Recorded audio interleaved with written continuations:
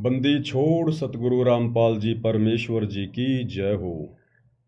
सत्साई भाई और बहनों, दया परमपिता परमेश्वर जी की, सारी सृष्टि के सृजनहार सतगुरु रामपाल जी भगवान की, जिनके विशेष आशीर्वाद से, शुभ आशीर्वाद से आप और हम सभी सत्सेवक भाई बहन साध संगति से जुड़कर अपनी आत्मा के कल्याण हेतु गुरुदेव भगवान के अमर तत्व ज्ञान को आधार बनाकर हर प्रकार से मर्यादाओं में रहते हुए, संघर्ष करते हुए निरंतर भक्ति मार्ग पर आगे की ओर ही बढ़ रही हैं।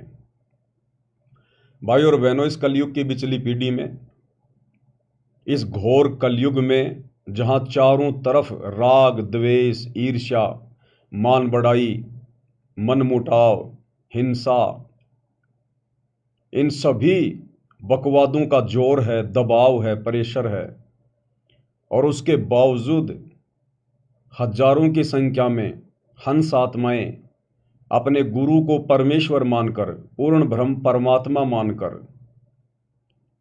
और ना सामाजिक दबाव का किसी प्रकार से कोई प्रेशर ले रहे हैं, ना किसी प्रकार की लोकलाज को मान रहे हैं, बस अपनी आत्मा का कल्याण देख रहे हैं और गुरुदेव भगवान की खुशी देख रहे हैं।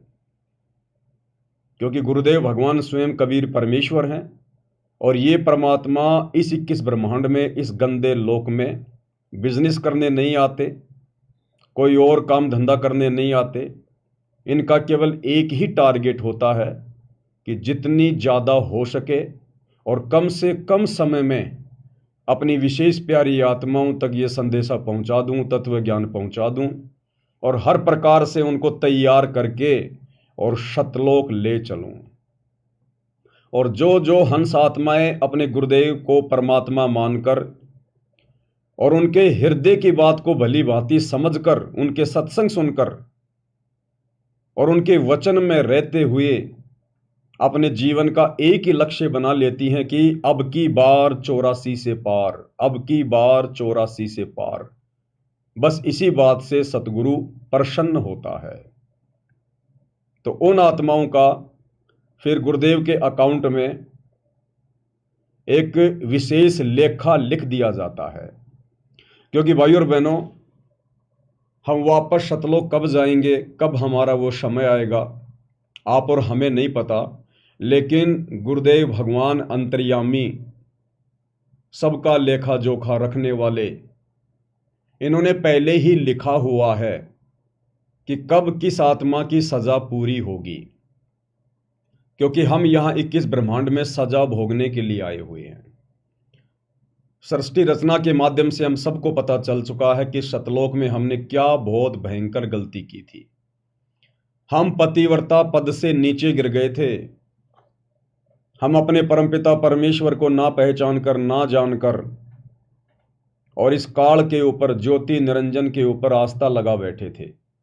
और ये हमें यहाँ बहला फुसलाकर, मीठा लोभ लालच देकर ले आया, और अब हम यहाँ किस प्रकार से दुखी हैं, महादुखी हैं, ये आप और हमसे बिल्कुल भी छुपा हुआ नहीं है।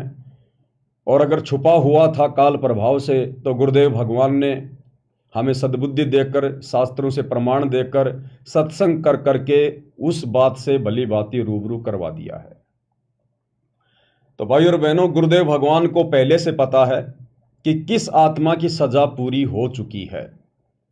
और इस कलयुग की बिचली पीढ़ी में सतगुरु रामपाल जी भगवान के धरती पर सह शरीर रहते सहते केवल वही आत्माएं पार होंगी जिन आत्माओं की सजा काल लोक से पूरी हो चुकी है। क्योंकि हम यहाँ 21 ब्रह्मांड में जेल में हैं, जेल में, ये सतलोक की जेल है। और गुरुदेव ने बताया, सतलोक में यदि कोई आत्मा गलती करती है तो फिर उसको यहाँ जेल में सजा के लिए भेज दिया जाता है।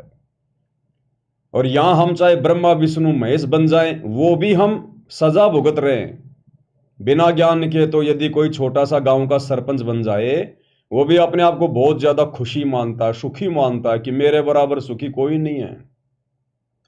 लेकिन गुरुदेव का तत्व ज्ञान कहता है कि यदि हम यहाँ ब्रह्मा विष्णु महेश की भी पदवी प्राप्त कर लेते हैं, यहाँ के छोटे मोटे राजा महाराजा, प्रधानमंत्री, राष्ट्रपति तो छोड़ दीजिए, अगर हम ब्रह्मा विष्णु महेश की पदवी भी प्राप्त करते हैं तो वो भी हम सजा भोग रहे हैं, सजा।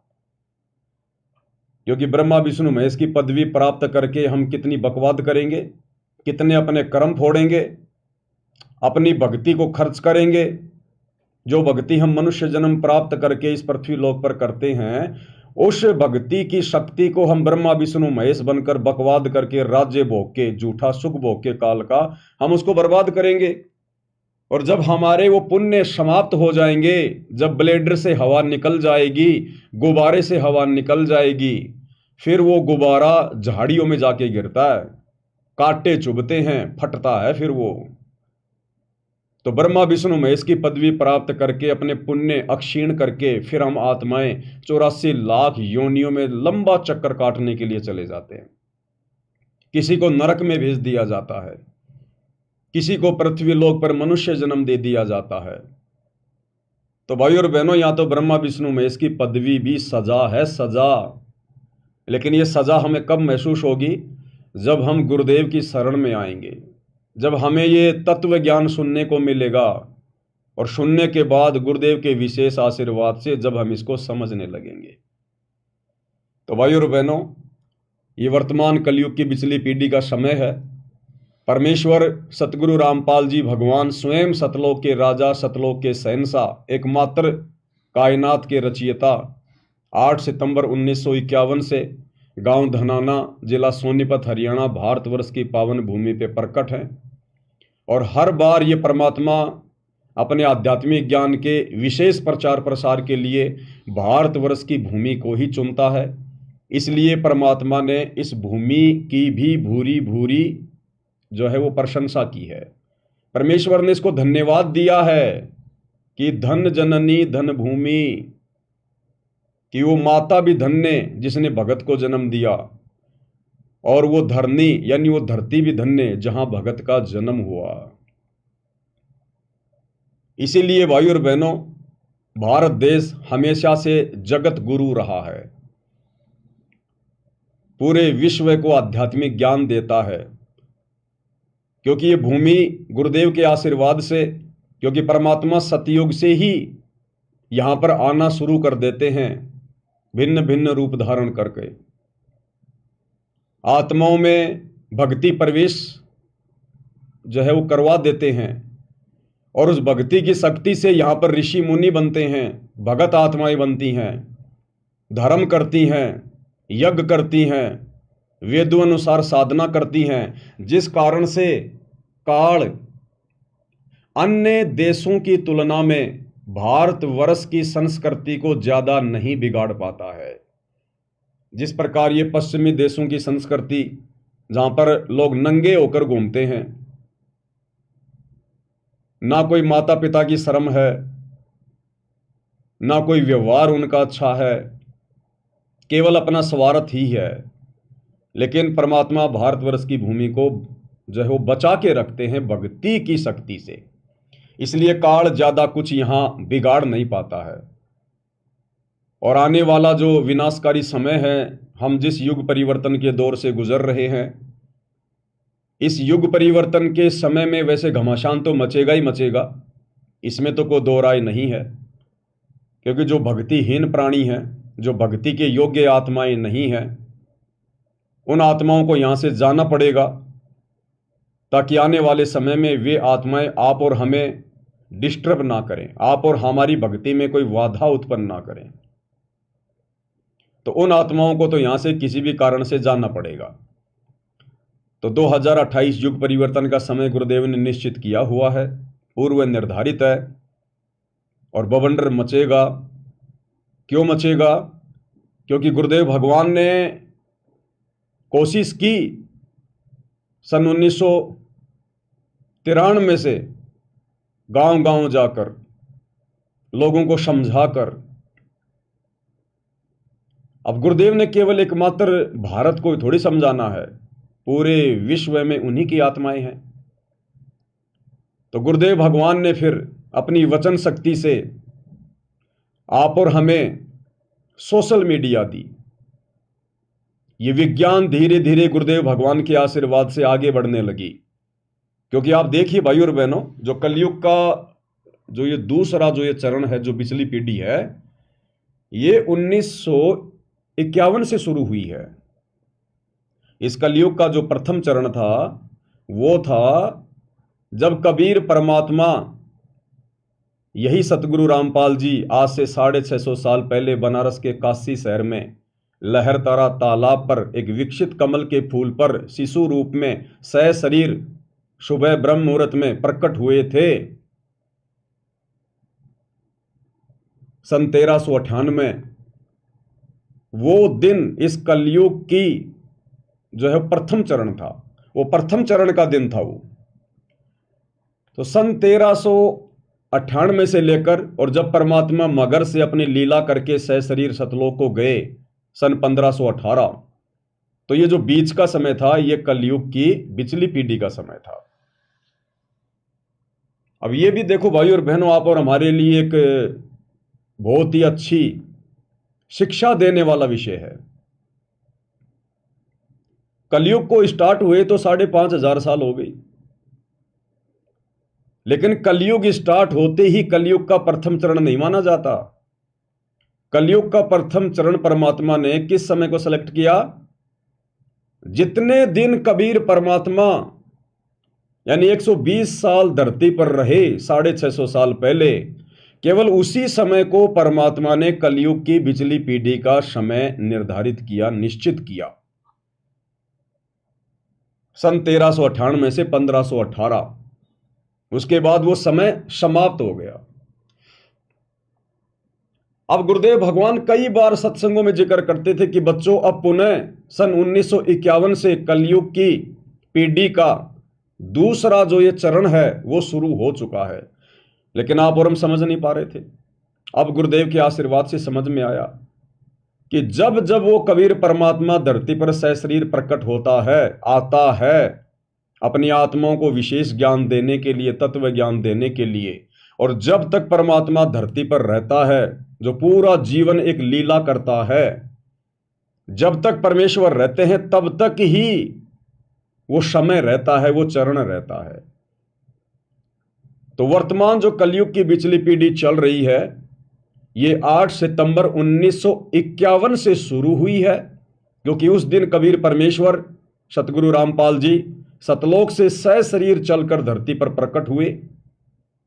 और जब तक गुरुदेव भगवान सशरीर संत रूप में धरती पर रहेंगे, उनके चरण कमल रहेंगे, तब तक ही कलयुग की दूसरी पीढ़ी का चरण रहेगा।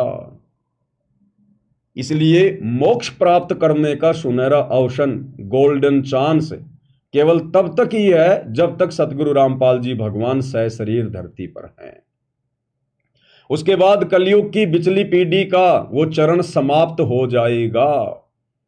केवल ये मार्ग चलेगा, ये भक्ति चलेगी, लेकिन गुरुदेव के सतलोक गमन करने के बाद आत्माएं मोक्ष प्राप्त नहीं कर पाएंगी। इसलिए भाई और बहनों, आप और हमने ज्ञान को आधार बनाकर अपनी हर प्रकार की कमजोरियों को बाहर निकालकर और तन मन धन से सिर धड़ की बाजी गुरुदेव के चरणों में अपनी आत्मा के कल्याण के लिए लगा देनी है कि यो सौदा फिर नाही रे संतो, यो सौदा फिर नाही, और अब की बार 84 से पार। यानी अब हमने दाएं बाएं ऊपर नीचे देखना ही नहीं है।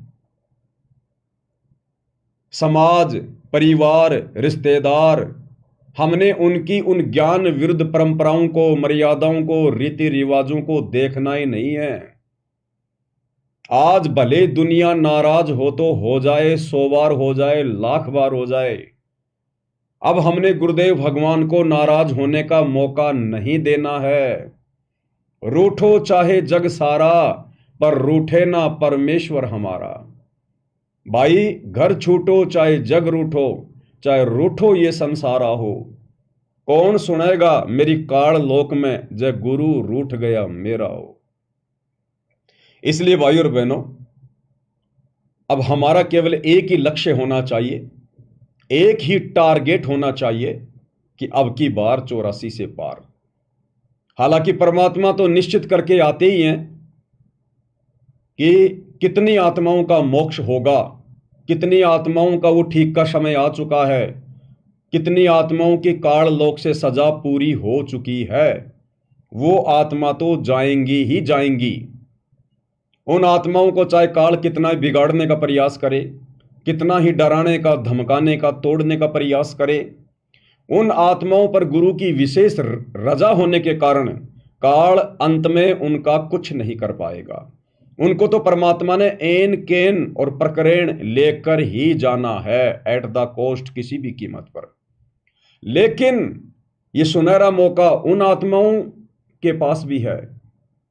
वो आत्माएं भी अपनी सजा कंप्लीट करवा सकती हैं, जिनकी थोड़ी बहुत सजा अभी भी बाकी है, रह रही है। क्योंकि गुरुदेव ने बताया, गरीब निर्गुण सरगुण एक है, दूजा ब्रह्म विकार, और निर्गुण साहिब एक है, सरगुण संत विचार। कुछ ऐसी वाणी है मालिक की। यानी ये कबीर परमात्मा सतगुरु रामपाल जी जब निर्गुण रूप में सतलोक में बैठे रहते हैं, सारी सृष्टि का संचालन करते हैं एक जगह बैठकर, उस समय ये परमात्मा इस 21 ब्रह्मांड की आत्माओं को और अक्षर पुरुष के 7 संख्य ब्रह्मांड की आत्माओं को केवल उनके भाग्य के अनुसार ही सुख या दुख प्रदान करता है। अगर किसी के भाग्य में दुख है तो सतलोक में बैठा हुआ यह कबीर परमात्मा सतगुरु रामपाल जी उसे सुखी नहीं कर सकता। अगर किसी के भाग्य में सुख है तो किसी भी प्रकार का उसको दुख नहीं मिल सकता, जब तक उसके पुण्य हैं, जितना उसके भाग्य में, उसके प्रारब्ध में, उसकी डेस्टिनी में, उसकी किस्मत में परमात्मा ने लिख दिया है, वैसा ही होगा। लेकिन जब वो निर्गुण रूप में सतलोक में बैठा हुआ कबीर भगवान सतगुरु रामपाल जी जब सरगुण रूप में, संत रूप में, सतगुरु रूप में, तत्वदर्शी संत के रूप में धरती पर प्रकट होते हैं, उस समय वो परमात्मा हम आत्माओं के भाग्य को चेंज भी कर सकता है, हमारे भाग्य में लिखे हुए दुखों को सुखों में तब्दील कर सकता है, हमें भाग्य से अधिक दे सकता है। इसलिए आज उन आत्माओं के पास भी मौका है जिन आत्माओं की अभी काल लोक से सजा पूरी नहीं हुई है। इसलिए हम सभी ने सिर धड़ की बाजी लगानी है, क्योंकि ना तो मुझे पता क्या वास्तव में मेरा समय आ चुका है, क्या ये मेरा लास्ट जन्म है, ये बात ना तो मुझे पूरी तरह से पता है, ना आपको पूरी तरह से पता है। यानी ना तो उन भक्तों को पता जिनकी सजा का समय पूरा हो चुका है, और ना उनको पता जिनकी सजा थोड़ी बहुत पूरी है। इसलिए कोशिश सबने सिर धड़ की बाजी लगाकर करनी है। इसलिए भाइयों और बहनों, ये अंतिम दांव है, अंतिम चांस है। और इस समय यदि हम रह गए किसी भी कारण से, कारण तो आप और हमारी कमजोरी होगा, दूसरा तो कोई कारण होगा ही नहीं। परमात्मा की तरफ से तो कोई कमजोरी रहेगी नहीं। अगर कमजोरी होगी इस कलयुग की बिचली पीढ़ी में सतगुरु की शरण में आने के बाद, तो केवल आप और हम आत्माओं की रहेगी। तो हमने हर प्रकार की कमजोरी को इस ज्ञान को आधार बनाकर ही और गुरुदेव भगवान को प्रसन्न करके ही पूरा करना है। क्योंकि गुरुदेव कहते हैं, इन बातों के पाइए कर सतगुरु नजर निहाल, और राजी कर सतगुरु रूठे नू। हमने जिस सतगुरु को सतलोक में नाराज कर दिया था, कभी अनंत करोड़ युगों पहले, जब हमने काल के ऊपर आस्था प्रकट की थी, जब हम पतिव्रता धर्म से उस पद से नीचे गिर गए थे, तो उस समय हमने सतगुरु को नाराज किया था।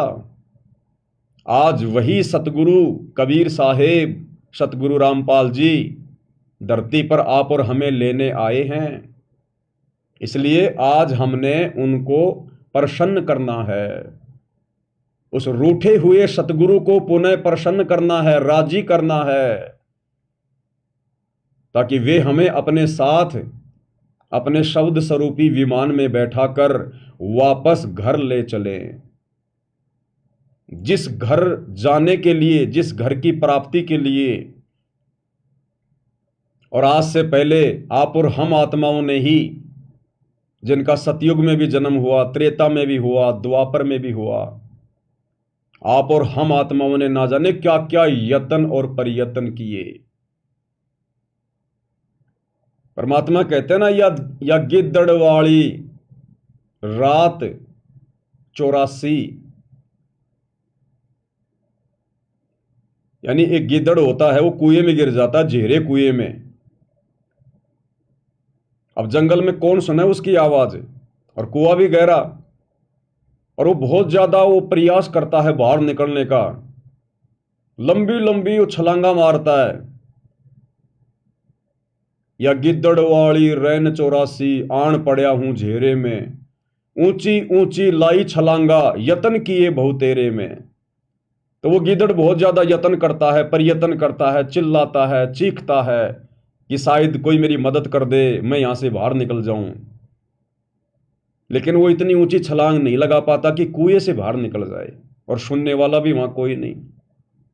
अंत में उसको वहां भूखा प्यासा मरना पड़ता है, उसकी दुर्गति होती है, तड़प तड़प के मरता है वो गिद्दड़, जो जंगल में किसी गहरे कुएं में गिर जाता है। तो आप और हम इस 21 ब्रह्मांड रूपी काल के झेरे कुएं में गिरे हुए हैं। और गुरुदेव ने कहा कि पुण्यात्माओं, सतयुग से लेकर त्रेता द्वापर में युगों युगों तुम लोगों ने इस झेरे कुएं से बाहर निकलने के लिए बहुत यत्न किए, प्रयत्न किए, घर छोड़ा, बाल बच्चे छोड़े, संपत्ति छोड़ी, वैराग्य धारण किया, साधु बने, कभी संत बने, कभी जंगल में गए, कभी गुफाओं में गए, अपना शरीर गाड़ दिया, लेकिन तुम इस झेरे कुएं से बाहर निकल ना पाए, क्योंकि रास्ता नहीं था, मार्ग नहीं था, विकल्प नहीं था। गुरुदेव कहते हैं ना कि लकड़ी की कुल्हाड़ी से यदि आप किसी पेड़ को काटना चाहोगे, वो नहीं कटेगा, इम्पॉसिबल। उसके लिए तो लोहे की तीखी कुल्हाड़ी चाहिए, यानी साधन भी बिल्कुल परफेक्ट चाहिए।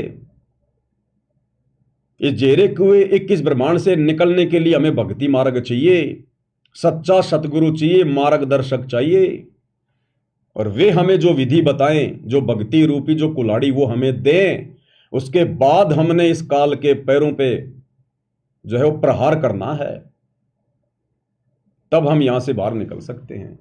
तो आज भाई और बहनों, आप और हमारा वो समय आ गया। आज आप और हमारा सौभाग्य जो उन आत्माओं को नहीं प्राप्त हुआ जिनकी लाखों लाखों वर्ष की उम्र हुआ करती थी, और पूरा पूरा जीवन नंगे प्यासे रह के बेचारे परमात्मा प्राप्ति के लिए यत्न कर रहे थे, लेकिन झेरे कुएं से बाहर नहीं निकल पाए। तो आज आप और हमारा वो सौभाग्य, आज हमें वो मार्गदर्शक मिल गया, सच्चा सतगुरु मिल गया, और यहां से बाहर निकलने का कंप्लीट कोर्स दे दिया। तो अब यदि कोई कमजोरी रहेगी तो केवल आप और हम भगत आत्माओं की रहेगी, भगवान की कोई कमजोरी किसी प्रकार की नहीं है। इसलिए भाई और बहनों, हमने कोशिश करनी है सबसे पहले आप और हमारे लिए केवल भक्ति, गुरुदेव भगवान की सेवा, उनकी पूजा, यानी सेवा पूजा भक्ति यही है कि गुरुदेव ने हमें जो भक्ति की खुराक दे दी है, हमने उसको टाइम टू टाइम, और जो विधि गुरुदेव ने बता दी है उस विधि से हमने लेते रहना है। और कुछ भी हो जाए, कितना ही बड़ा संकट आता दिखाई दे, और मान लीजिए आ भी जाए, तो भी हमने भक्ति मार्ग से दूरी नहीं बनानी। अपने मन में किसी प्रकार का कोई दोष पैदा नहीं होने देना, चाहे पूरा परिवार क्यों ना खत्म हो जाए,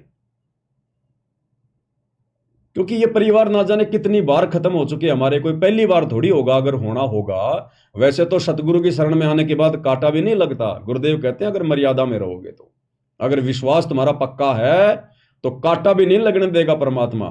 ये तो कांटे निकालने वाला भगवान है, कांटे चुभाने वाला थोड़ी है।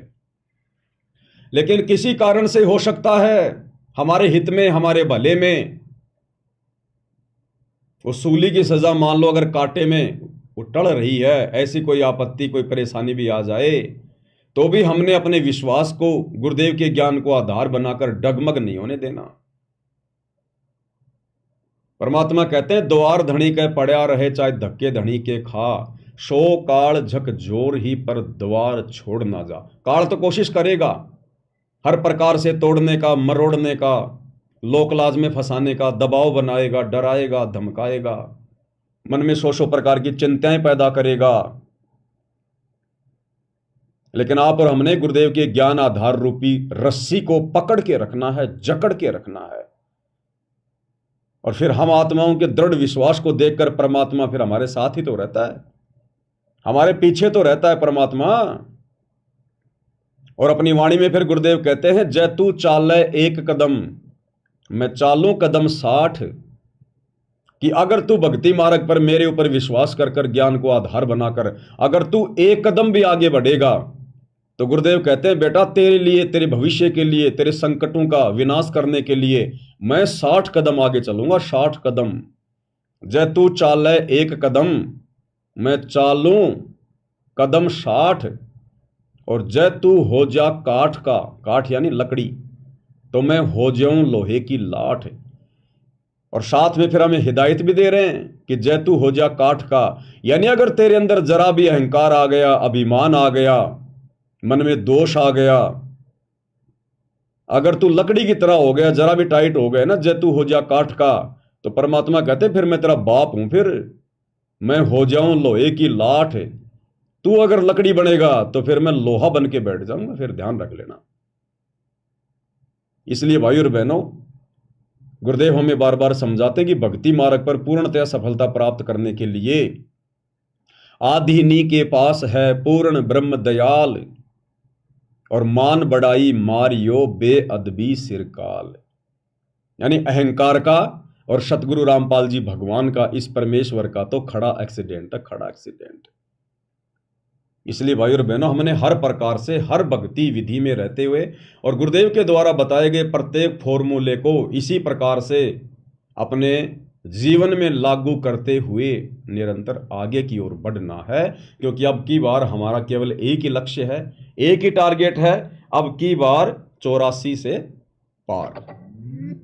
तो भाई और बहनों, गुरुदेव भगवान के विशेष आशीर्वाद से, उनकी रजा से विशेष संदेशों के ऊपर वीडियो बनाने की श्रृंखला जारी है। आज इसी श्रृंखला में विशेष संदेश नंबर 13 का एपिसोड नंबर 11 है।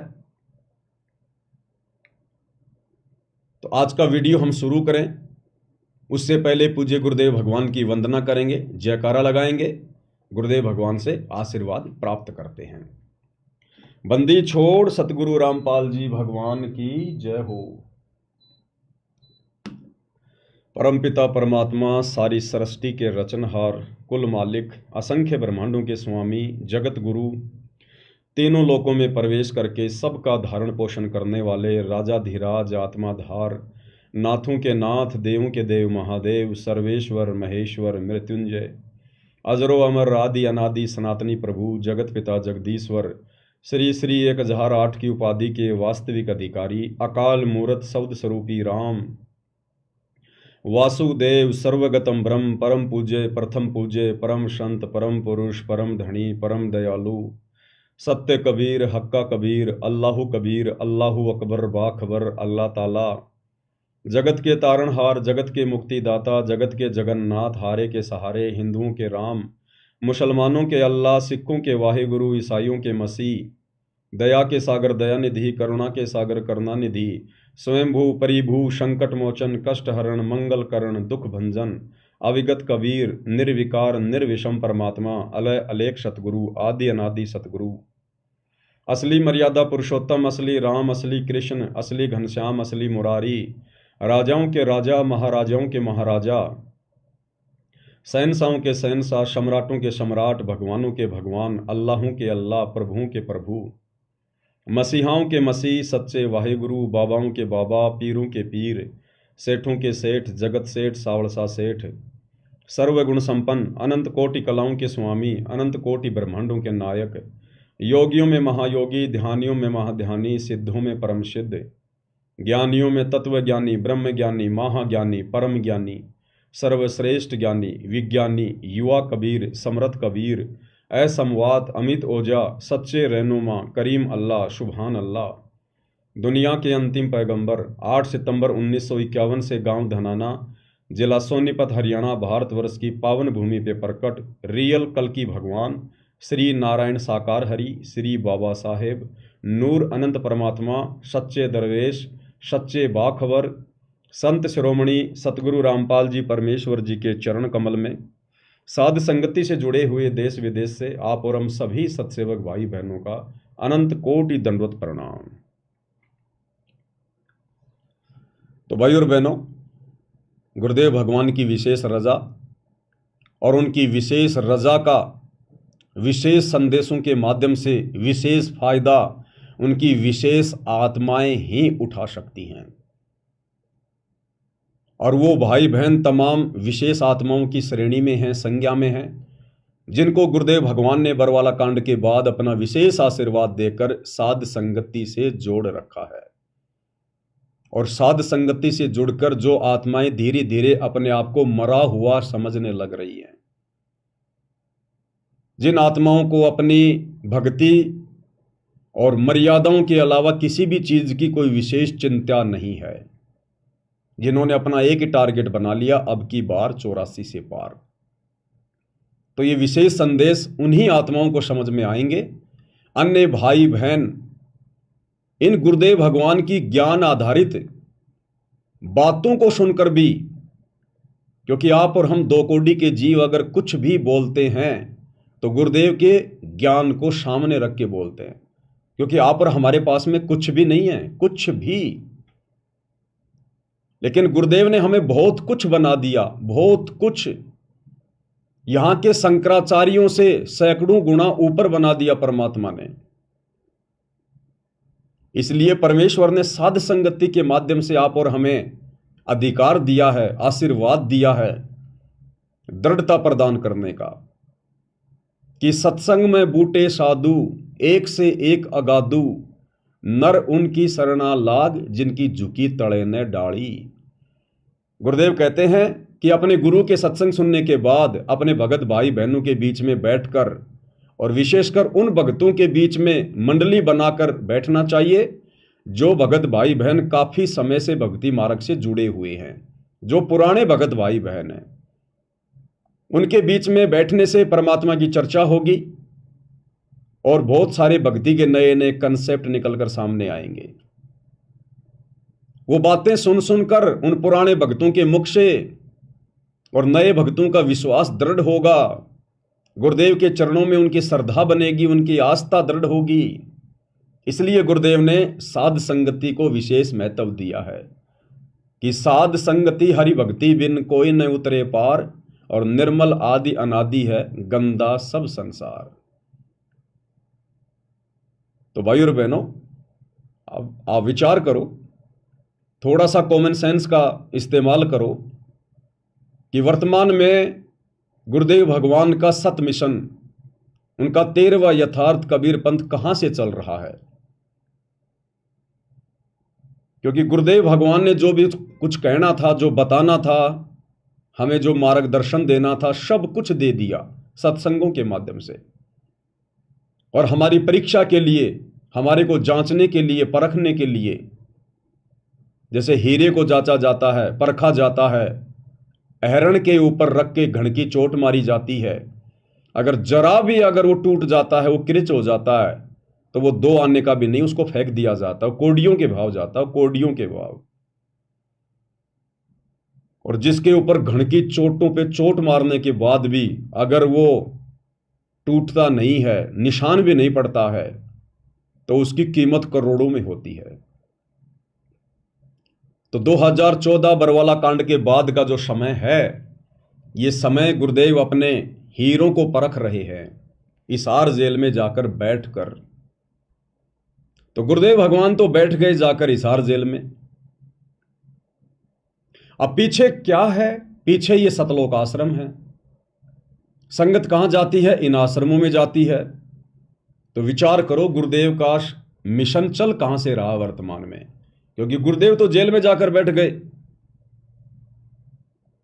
और पीछे ये जितने भी सतलोक आश्रम खुले हुए हैं, इन सतलोक आश्रमों के संचालकों की, गुरुदेव के परिवार की, इन कोऑर्डिनेटरों की एक की भी मर्यादा सुरक्षित नहीं है। गुरुदेव ने हमें जो मार्ग दिखाया, जो मर्यादा बताई, ये लोग लगातार उसकी धज्जियां उड़ा रहे हैं। इस भक्ति मार्ग में राजनीति का समावेश इन लोगों ने कर दिया। गुरुदेव ने कहा, बेटा राजनीति नहीं करनी, हम एक धार्मिक संस्था चलाते हैं, हमारा राजनीति और राजनेताओं से कोई संबंध नहीं है, हमने तो मोक्ष प्राप्त करना है, सतलोक चलना है, यहां की राजनीति तो बहुत गंदी है।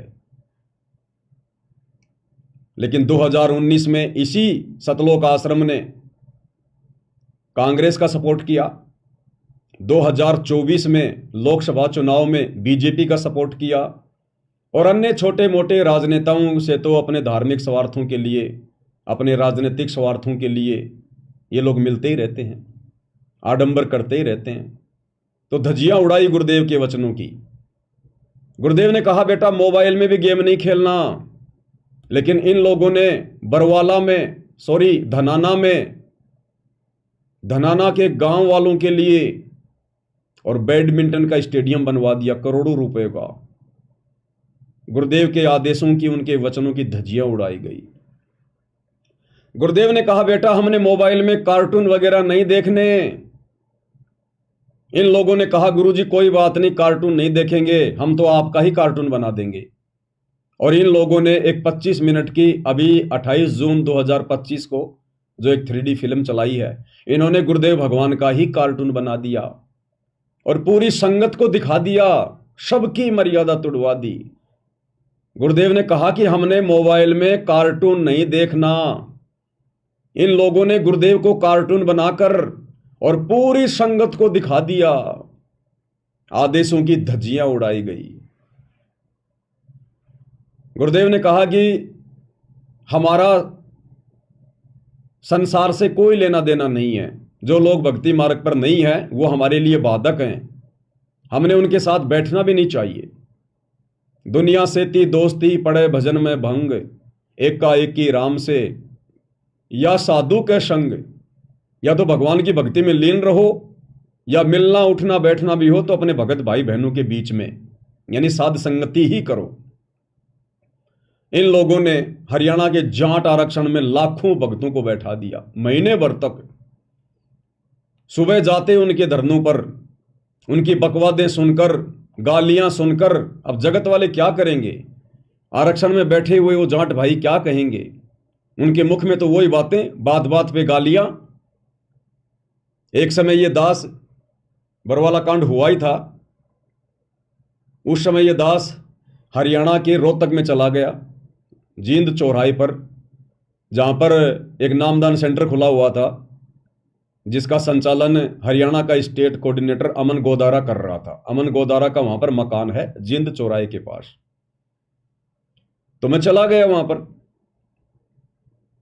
अब शाम को ये 4-5 भगत वहां बैठे, सर्दियों का समय था, आग जला रखी थी, हाथ पैर सेक रहे थे, भक्ति की कोई बात नहीं, सांसारिक बातें, और वो भी आपस में गालियां निकाल निकाल के, मां बहन की आपस में, और सारे के सारे सारनामी और स्टेट कोऑर्डिनेटर।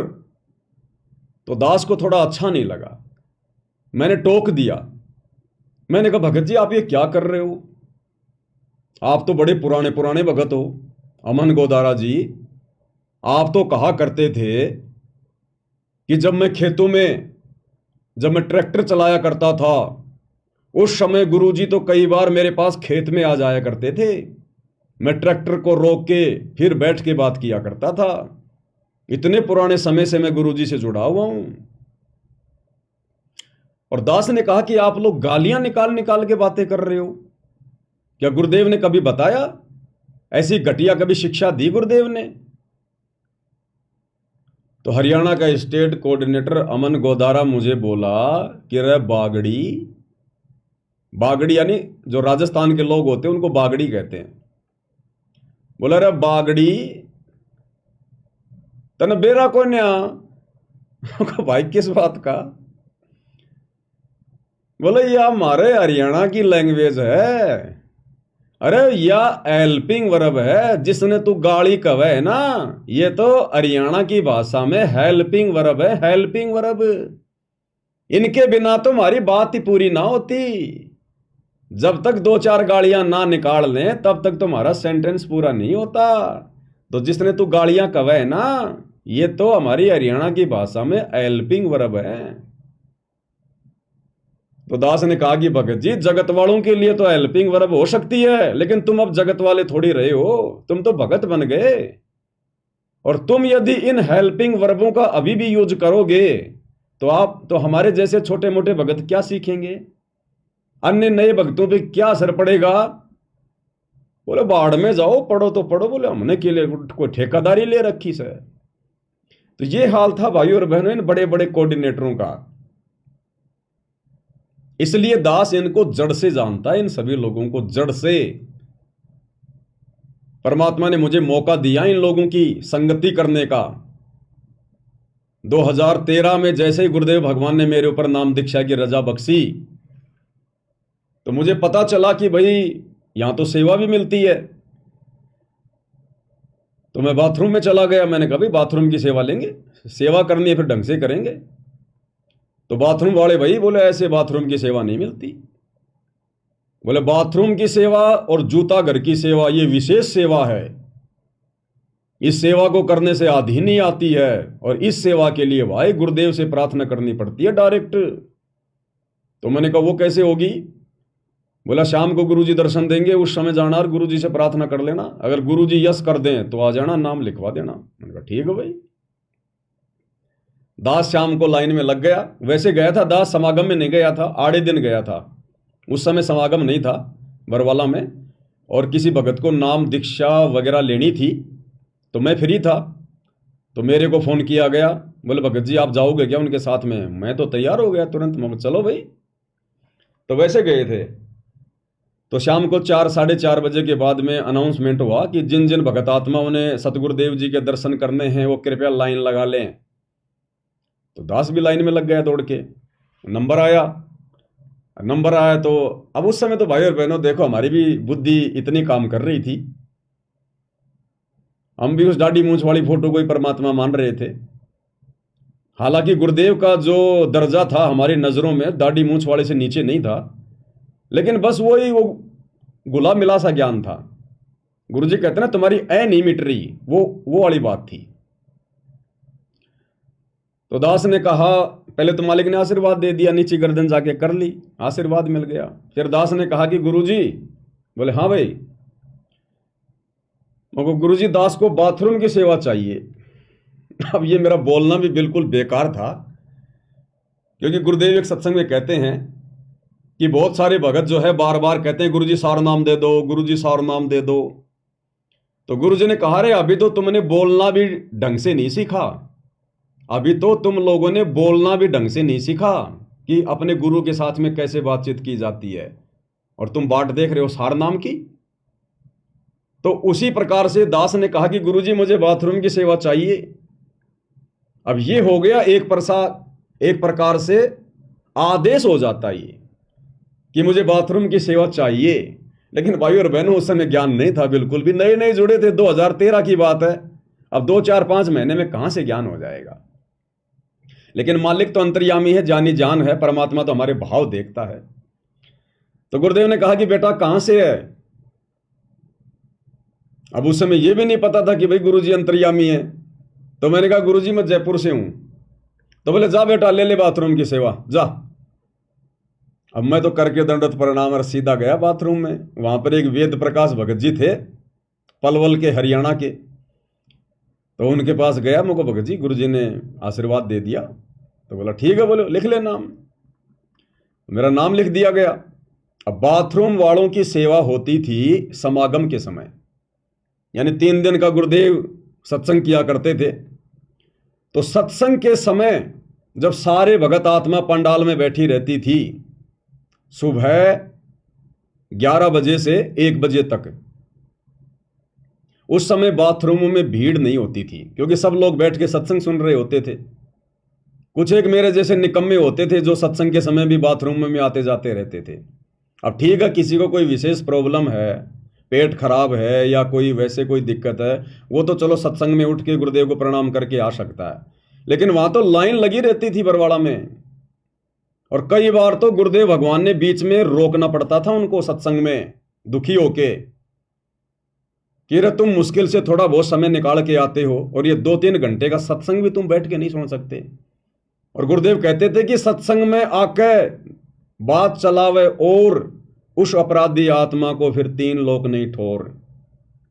यानी भगवान सामने बैठ के सत्संग कर रहा है और हम इधर उधर भाग रहे हैं, यानी हम भगवान की हम कोई परवाह नहीं कर रहे, हमें डर नहीं है, हमें भय नहीं है।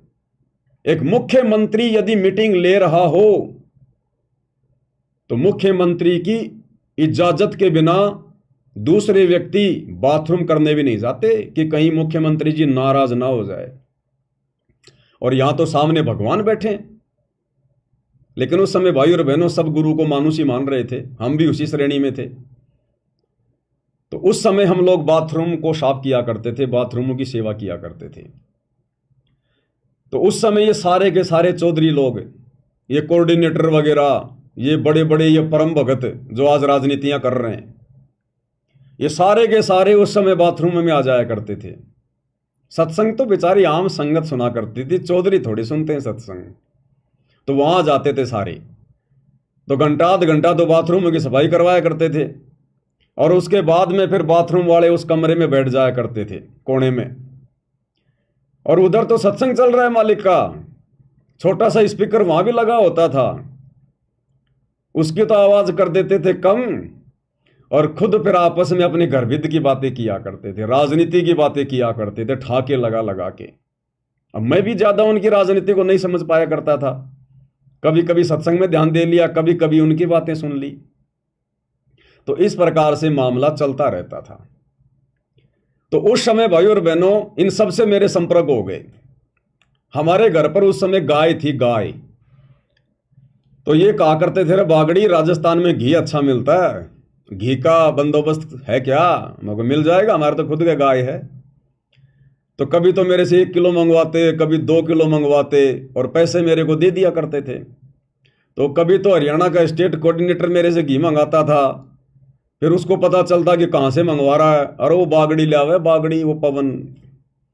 फिर यो राष्ट्रीय समाज सेवा समिति का अध्यक्ष रामकुमार ढाका आया, अरे बोलो बागड़ी मन को ने ला के दे, मगर तेरे से क्या दुश्मनी है, फिर उसको ला के दिया। ऐसे कईयों को मैं वहां घी ला के दिया करता था। तो इनसे मेरी अच्छी खासी जान पहचान सी हो गई थी। तो इनके आचार विचार व्यवहार का भाई और बहनों कितना ये गुरु जी को मानते थे, पहचानते थे, क्योंकि हम तो चलो नए थे उस समय, साल भर भी नहीं हुई थी, लेकिन ये लोग तो 10-10 साल से, 15-15 साल से जुड़े हुए थे। तो आज इनका वो आचरण, वो रवैया, कितना इन्होंने गुरु जी को जाना पहचाना, आज भली भांति समझ में आ रहा है आज, कि आज भी ये लोग गुरु जी को मानुष ही मान रहे हैं।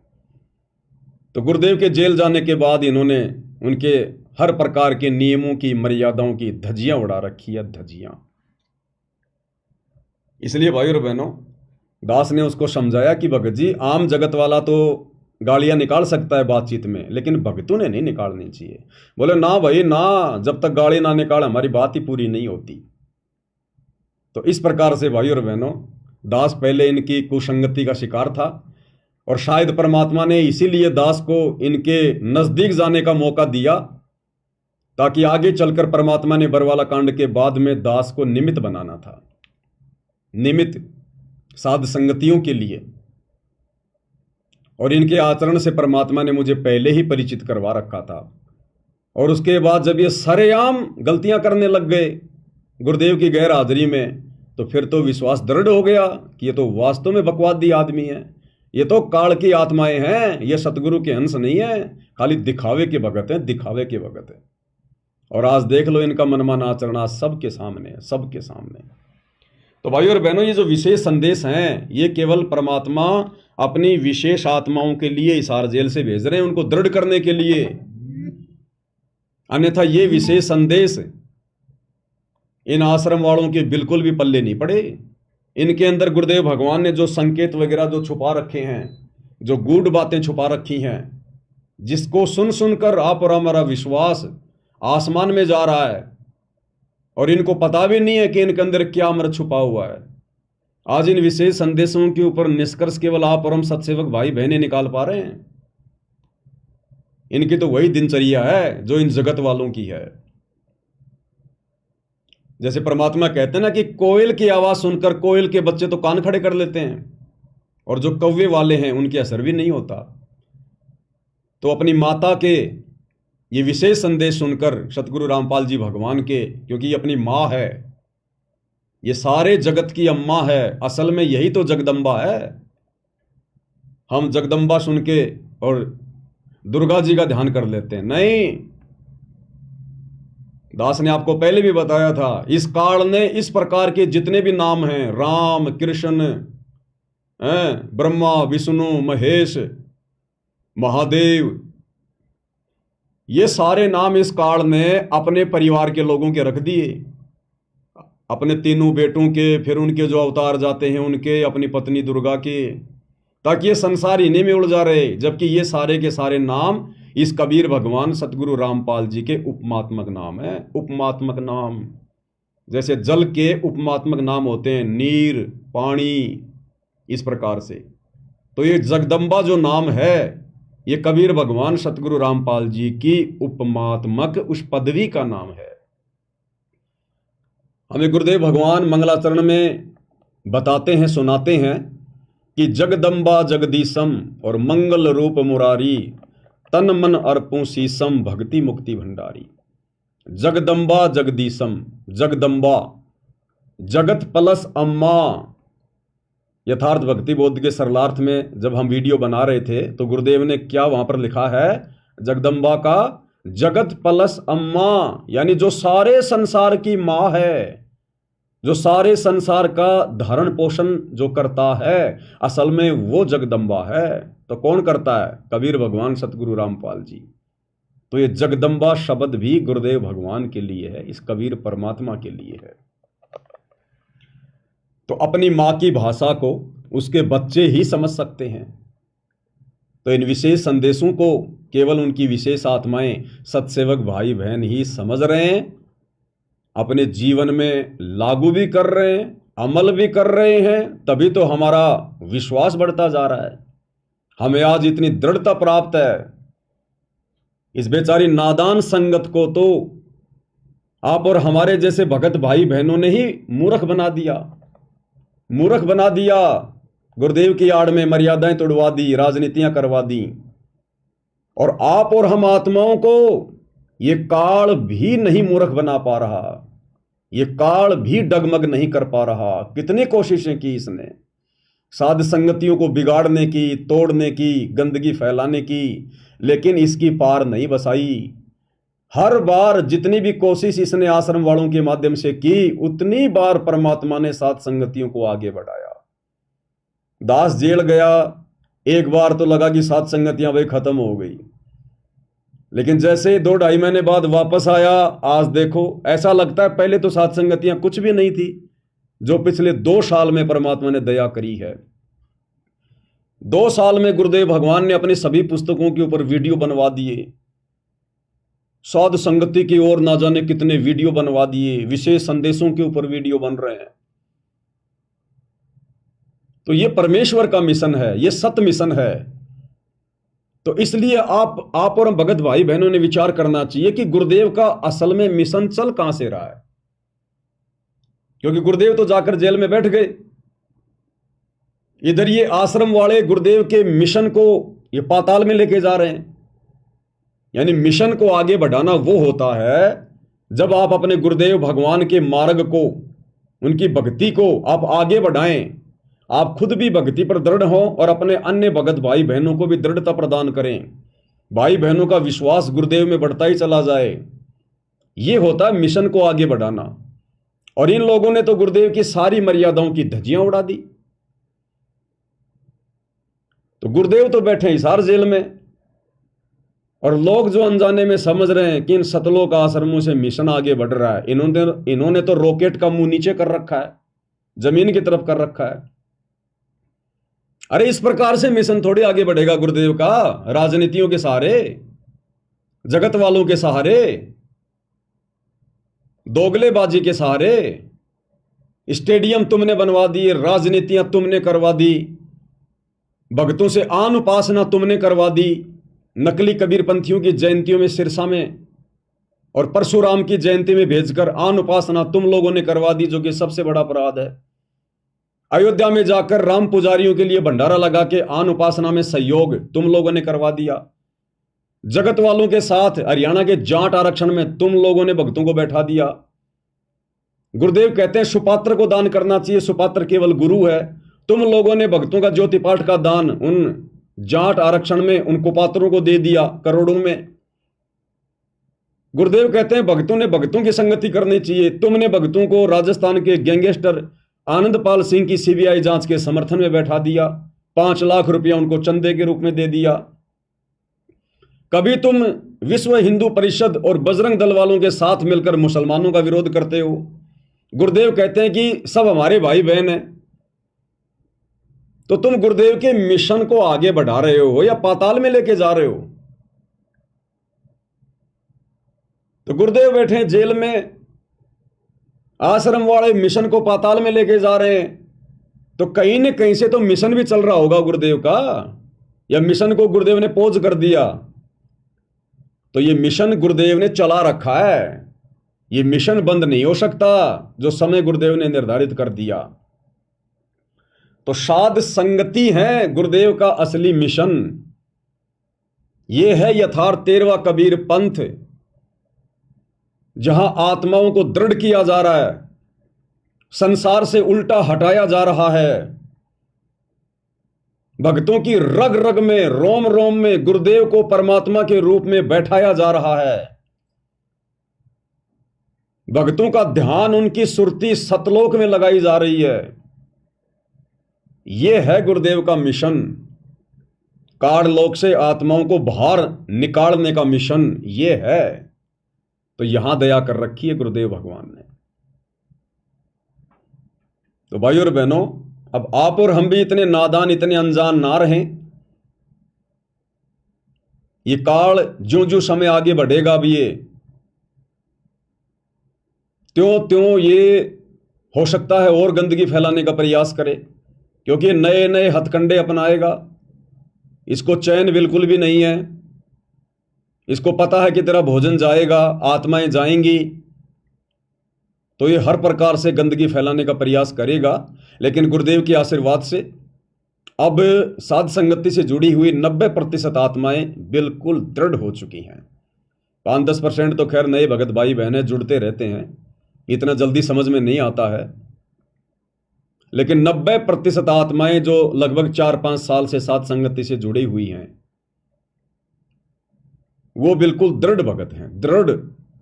उनको तोड़ना तो बहुत दूर की बात है, उनको हिलाना भी मुश्किल है, हिलाना भी। लेकिन इसका मतलब ये नहीं कि हम बेखबर हो जाएं। भैया जंग लोहे में भी लग जाती है, चाहे लोहे की कोई गाडर पड़ी है, जंग उसमें भी लग जाती है अगर साफ सफाई नहीं रखी तो। हम चाहे कितने दृढ़ हैं, कितना ज्ञान समझ में आ रहा है, अपनी मर्यादाओं के लिए हमने चौकस रहना पड़ेगा, चौकस। ना जाने कब कहां किस बात को लेकर ये काल अपना गेम खेल जाए। तो हर प्रकार से गुरुदेव भगवान के तत्व ज्ञान रूपी अस्त्र शस्त्र हमने सुसज्जित करके रखने। वज्रबान की बोऊं बाड़ी और सतगुरु संत जीत है राड़ी। गुरुदेव का तत्व ज्ञान हमारे लिए ये वज्रबान है, हथियार है। ये लड़ाई हमने ज्ञान आधार से लड़नी है, मर्यादाओं में रहते हुए। तो भाई और बहनों, विशेष संदेश के ऊपर हम आगे बढ़ते हैं पूज्य गुरुदेव जी के आशीर्वाद से। और पिछली बार एपिसोड नंबर 10 में गुरुदेव ने हमें द्रौपदी की कथा का आंशिक जिक्र किया कि किस प्रकार से द्रौपदी ने सुपात्र को दान किया। कुपात्र को दिया हुआ दान फलित नहीं होता है, सुपात्र को दान किया। कबीर परमेश्वर सतगुरु रामपाल जी अंधे महात्मा का रूप बनाकर अपनी आत्मा के भविष्य को देखते हुए कि आगे चलकर इसके ऊपर ऐसा संकट आएगा, और परमेश्वर कहते हैं कि गैल गैल लाग्या फिरूं जब तक धरती आकाश, गोता मारूं सुरग में जा बैठूं पाताल। जो जन मेरी शरण है ताका हूं मैं दास, और गैल गैल लाग्या फिरूं जब तक धरती आकाश। तो ये द्रौपदी वाली आत्मा किसी युग में सतगुरु रामपाल जी भगवान की शिष्या थी, या उनकी शिष्य थी, स्त्री थी या पुरुष थी, और मालिक को पता था कि आने वाले समय में इसके ऊपर ऐसे ऐसी आपत्ति आएगी। तो जिन आत्माओं के पास में भक्ति धन होता है, परमात्मा उन आत्माओं की रक्षा करता ही करता है, चाहे वो उनकी शरण में हो या ना हो। तो परमात्मा ने पहले ही उससे एक साड़ी का टुकड़ा दान में ले लिया, और उसके प्रतिफल में परमात्मा ने उस आत्मा के आने वाले संकटों का मर्दन किया, निवारण किया। यानी इस कथा के माध्यम से गुरुदेव ने हमें यह भी शिक्षा दी कि वर्तमान में सुपात्र को, सतगुरु को किया गया दान धर्म वर्तमान जीवन में भी आपके काम आ सकता है।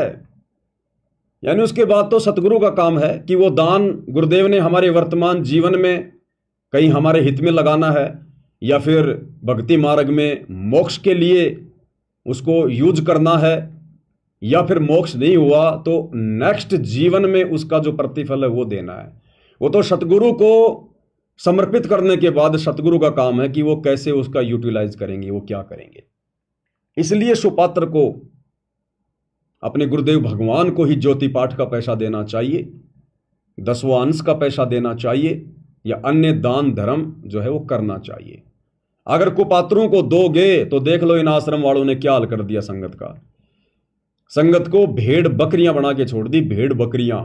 यानी भेड़ बकरियों को डंडा दिखा के किधर भी मोड़ दो, चाहे परशुराम की जयंती में मोड़ दो, चाहे सिरसा में नकली कबीर पंथियों की जयंती में मोड़ दो, चाहे उनका मुंह हरियाणा के जाट आरक्षण में मोड़ दो, आनंदपाल सिंह की सीबीआई जांच की तरफ जोड़ दो,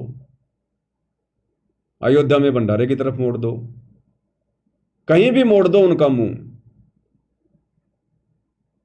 तो यह है कुपात्रों को ज्योति पाठ और दान देने का नतीजा वर्तमान में गुरुदेव की गैर हाजिरी में।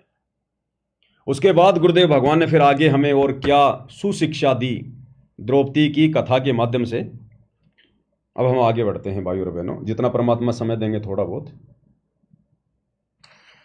अब जैसे द्रौपदी ने एक 6 इंच 7 इंच चौड़ा 8 इंच चौड़ा 3 फुट का एक कपड़ा पाड़ के साड़ी में से दिया था। उसने नीच सा दिया था, उसका बिना मेरा था मैं क्यों दे रही हूँ, कि इससे मुझे फल मिला है इसलिए दे रही हूँ। वो तो एक अपना धार्मिक और एक अपनी इंसानियत के नाते और साधु देख कर दान किया।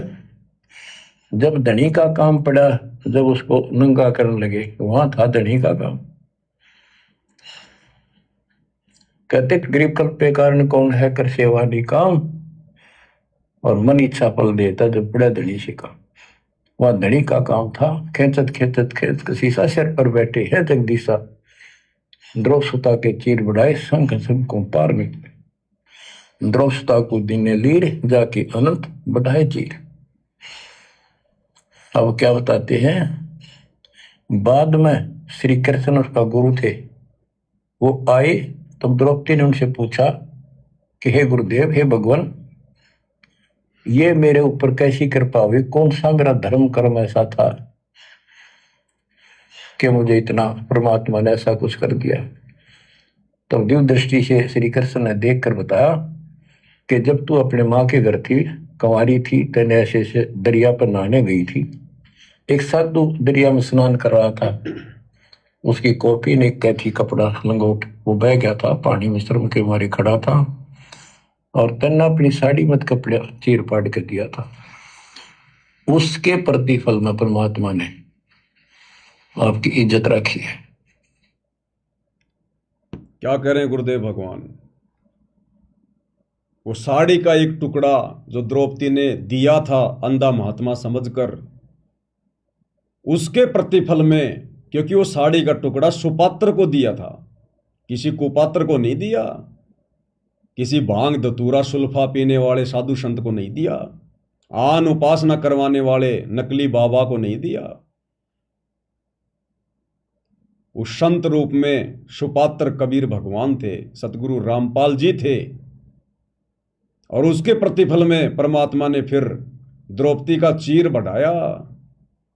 दुशासन 10,000 हाथियों जितना बल था, और खैंचत खैंचत खैंच कसीसा, यानी पसीने आ गए उस पहलवान के, लेकिन द्रौपदी को नंगी नहीं कर पाया।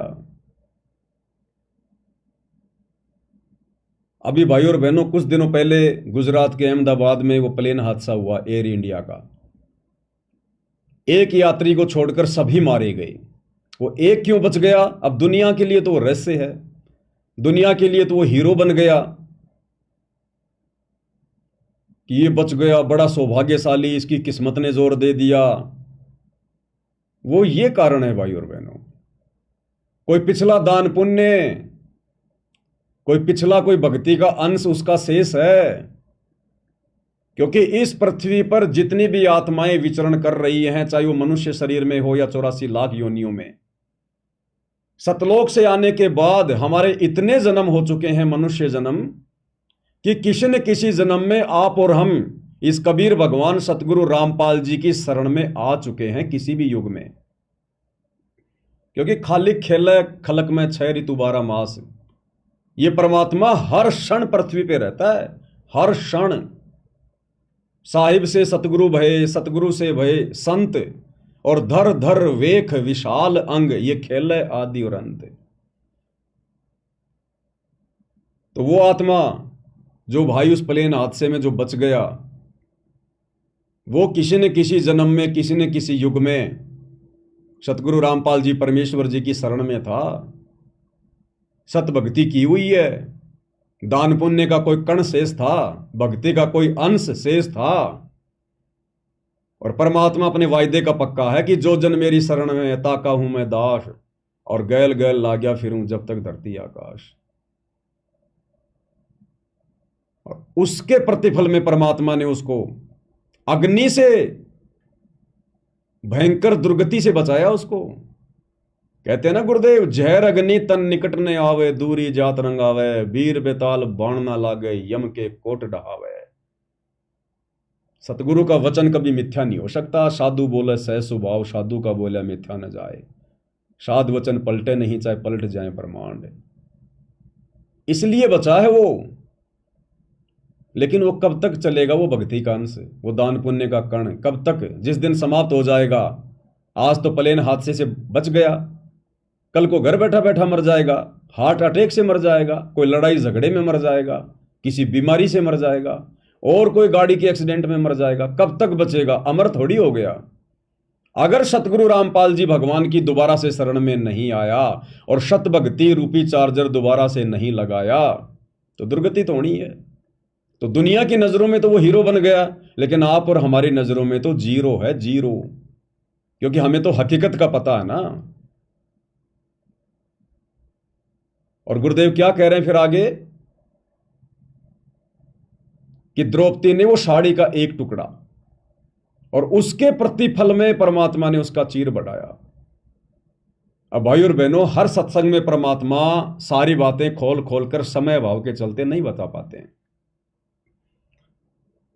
जब गुरुदेव इन घटनाओं का जिक्र करते हैं अपने सत्संगों में, कई बार करते हैं, तो परमेश्वर कई प्रकार की शिक्षाएं दे देते हैं, कई प्रकार के शब्द यूज करते हैं। और साध संगति इसी को कहते हैं कि उन सत्संगों के ऊपर चिंतन मनन करके निष्कर्ष निकालें और समझने का प्रयास करें कि गुरुदेव के एक सत्संग में, एक कथा में केवल एक ही प्रकार की शिक्षा नहीं है, सैकड़ों शिक्षाएं एक ही कथा से, सैकड़ों शिक्षाएं। तो गुरुदेव ने अपने एक अन्य सत्संग में हमें क्या बताया, इसी कथा का जिक्र करते हुए। ये 40 सेकंड का सत्संग है, और इसमें गुरुदेव क्या कह रहे हैं, ध्यान देना भाई और बहनों। ये वर्तमान जीवन में आप और हमें बहुत काम आएगी ये कथा। और इस कथा पर हमने अमल किया सत्सेवकों ने, तभी आज हम इन कुपात्रों को ज्योति पाठ और दान का पैसा देने से बचे हुए हैं, अपने कर्म फोड़ने से हम बचे हुए हैं। गुरुदेव ने बताया कि वैसे तो द्रौपदी ने 7-8 टुकड़े साड़ी के फाड़ फाड़ के अंधे महात्मा को देने का प्रयास किया था, लेकिन वो पानी में बह गए, अंधे महात्मा के हाथ नहीं लगे। एक साड़ी का टुकड़ा उसने किसी लकड़ी में लपेटकर अंधे महात्मा की तरफ किया। वो एक टुकड़ा साड़ी का अंधे महात्मा के हाथ लगा और उस एक के प्रतिफल में परमात्मा ने उसकी साड़ी बढ़ाई, उसका चीर बढ़ाया। केवल उस एक साड़ी के टुकड़े का परमात्मा ने उसको प्रतिफल दिया।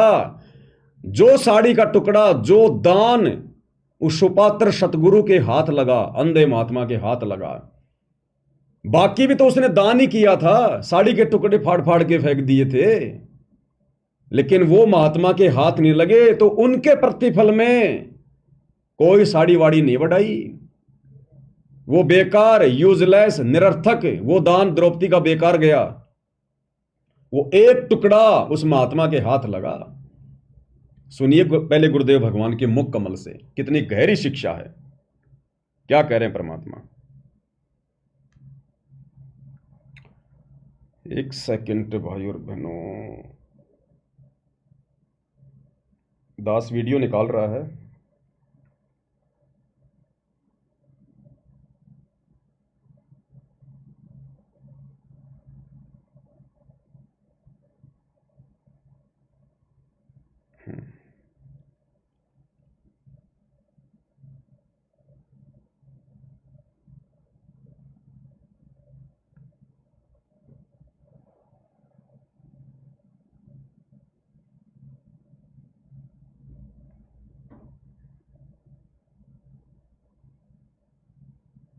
सुनिए क्या कह रहे हैं गुरुदेव भगवान।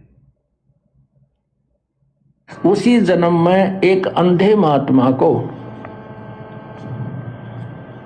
एक बिल्हातानी अर्थात 8-9 इंच का एक कपड़ा लंगोट टाइप, कोपीन टाइप बनाकर पाड़ के दिया था।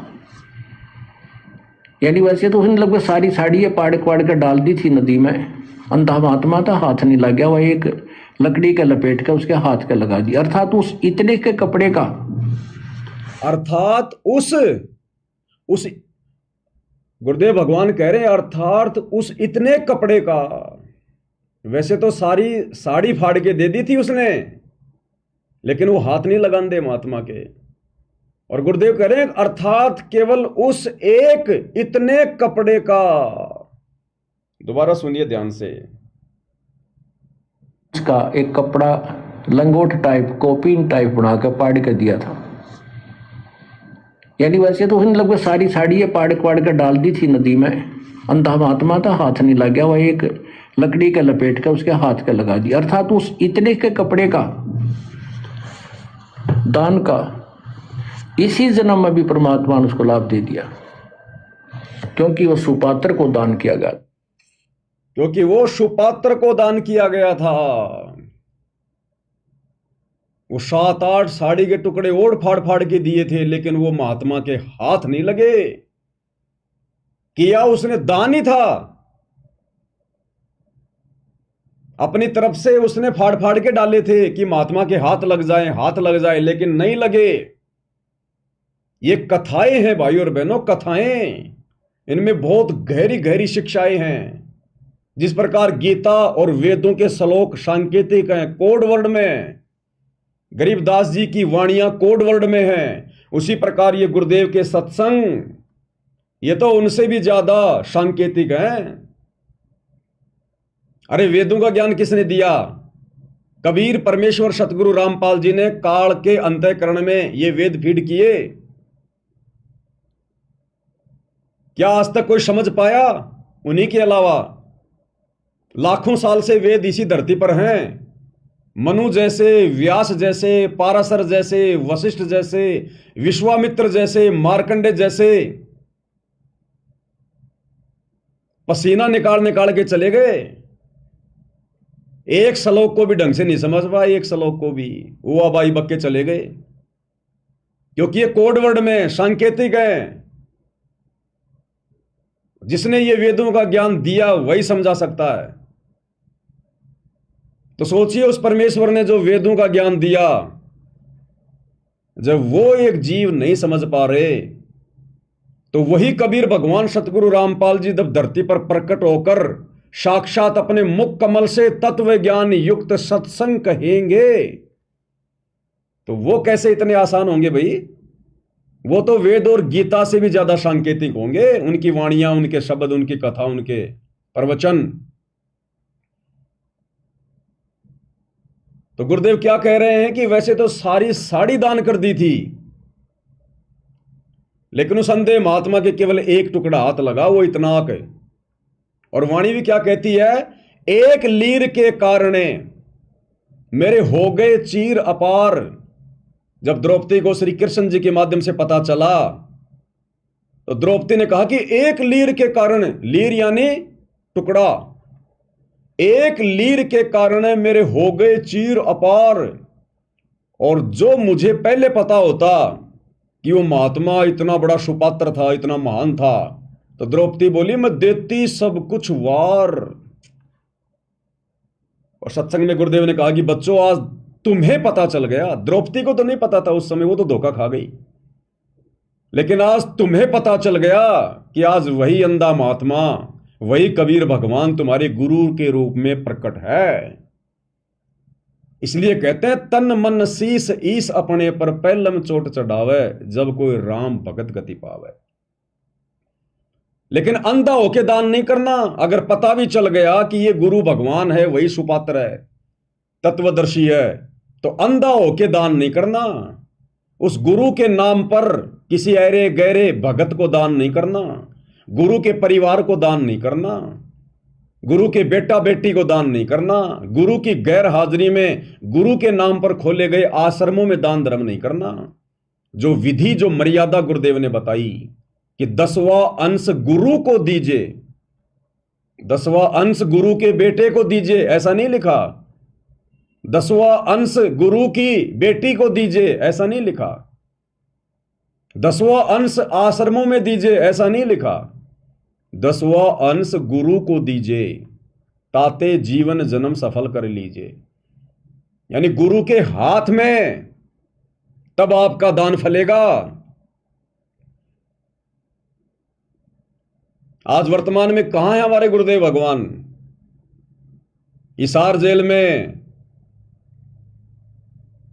संगत दान कहां कर रही है आंख बंद करके? इन सतलोक आश्रमों में। किनको कर रही है? कुपात्रों को।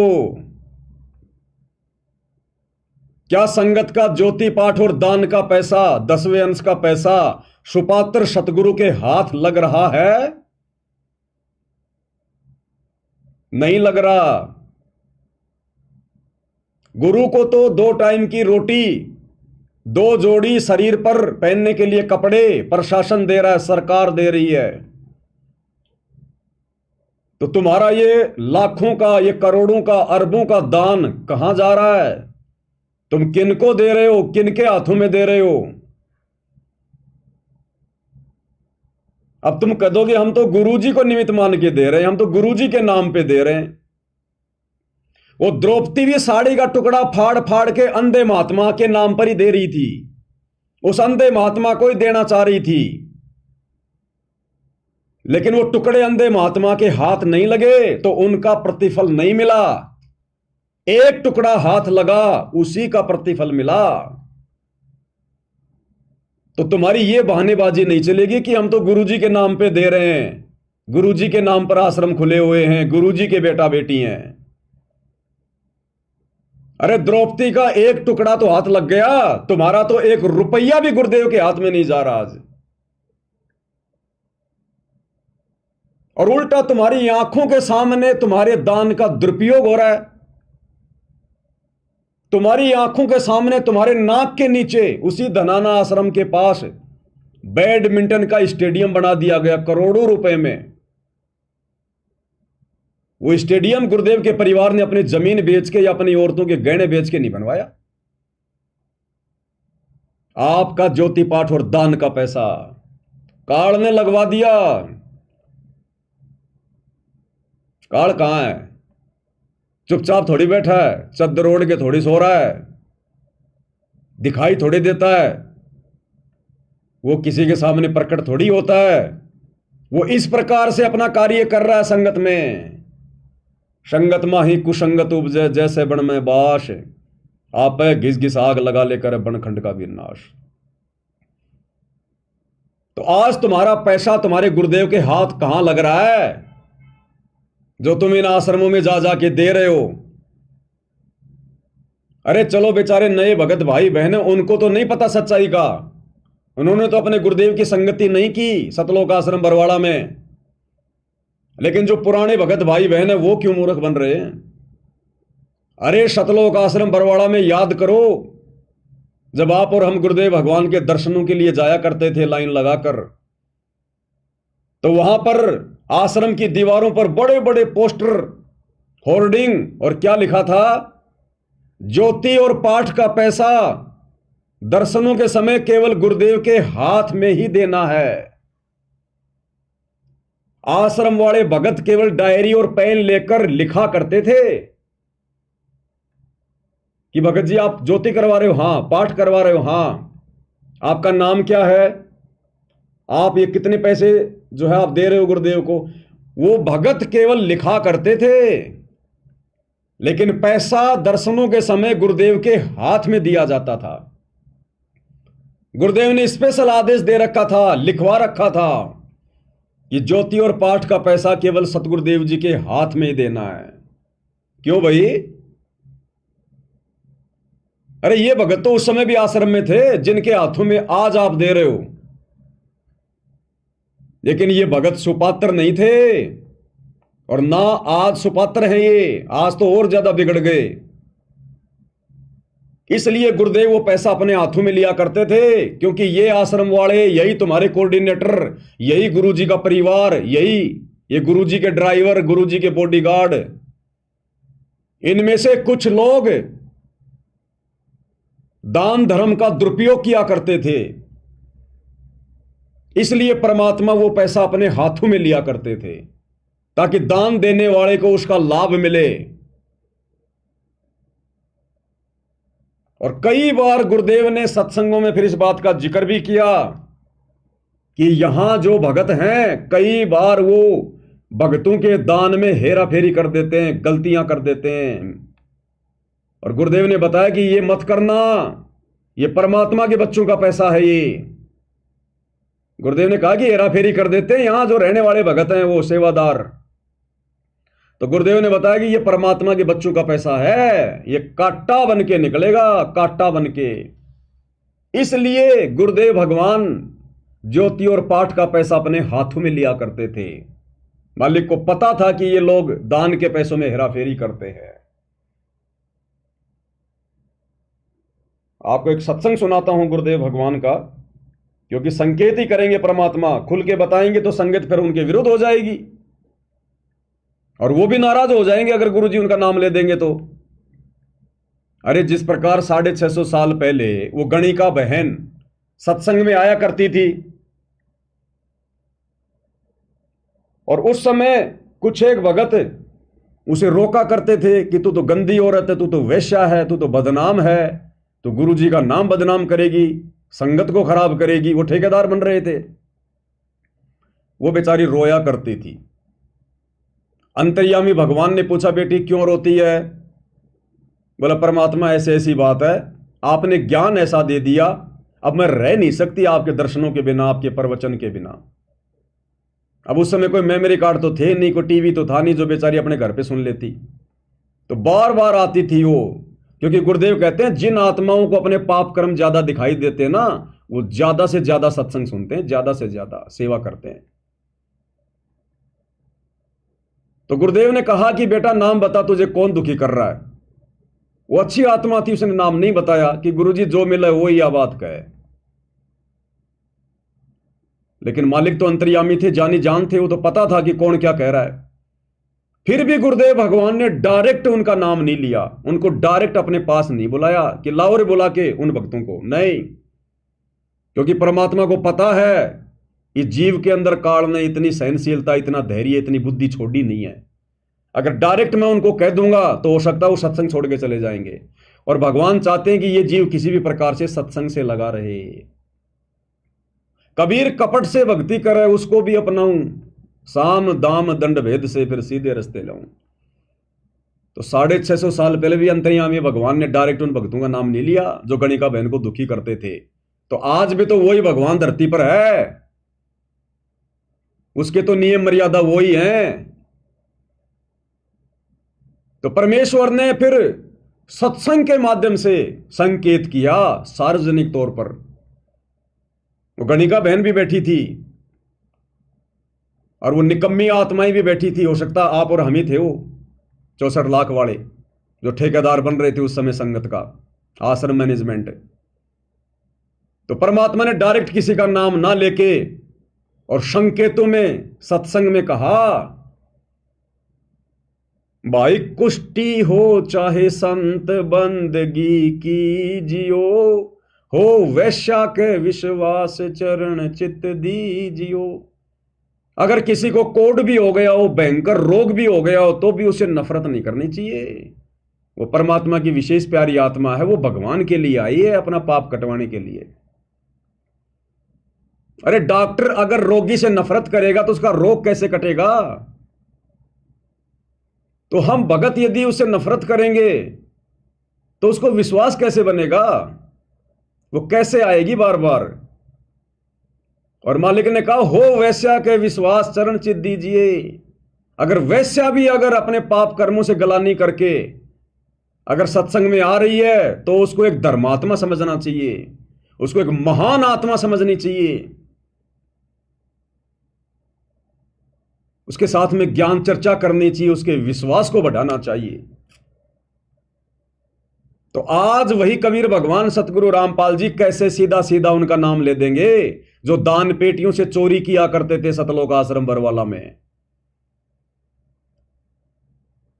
और सतलोक आश्रम बरवाड़ा में आश्रम का मुख्य ट्रस्टी बलजीत लहरी, जिसकी बेटी बेबी बेबो, जिसके ऊपर मुकदमा लगा था बरवाला कांड में, जिसको गुरुदेव भगवान के साथ में जोड़ के काफी बदनाम किया गया था, बेबो, उसका जो पिता है बलजीत लहरी, जिसने बरवाड़ा में एक छोटा आश्रम था पहले गुरुदेव का दौलतपुर में, उसमें 1-1.5 एकड़ जमीन उसने दान कर रखी थी। उस बलजीत लहरी का बेटा अनिल लहरी, जो गुरुजी का ड्राइवर भी था, पिस्तौल रखा करता था यहां, पिस्तौल। बरवाला कांड के बाद में गुरुजी के उस कलयुगी दामाद संजय खानपुर वाले के साथ, यानी मंजू के पति के साथ, और जयपुर में आया था मुझे धमकाने के लिए कि तू महेंद्र भगत जी के खिलाफ बोलता है, ठीक नहीं रहेगा। ठीक है, मौका देख लेंगे भाई क्या रहेगा और क्या नहीं रहेगा। डराने आए हो, धमकाने आए हो क्या? बोला नहीं तू समझदार है। मगो मैं समझदार हूं कि नहीं वो तो मगो परमात्मा ने पता है, पर मगो तुम्हारी थोती धमकियों से नहीं डरूंगा भाई। वो अनिल लहरी, बलजीत लहरी का बेटा, गुरुजी का ड्राइवर भी था, बॉडीगार्ड भी था, आश्रम की दान पेटियों से लाखों रुपये चोरी कर करके ले जाया करता था, लाखों रुपए।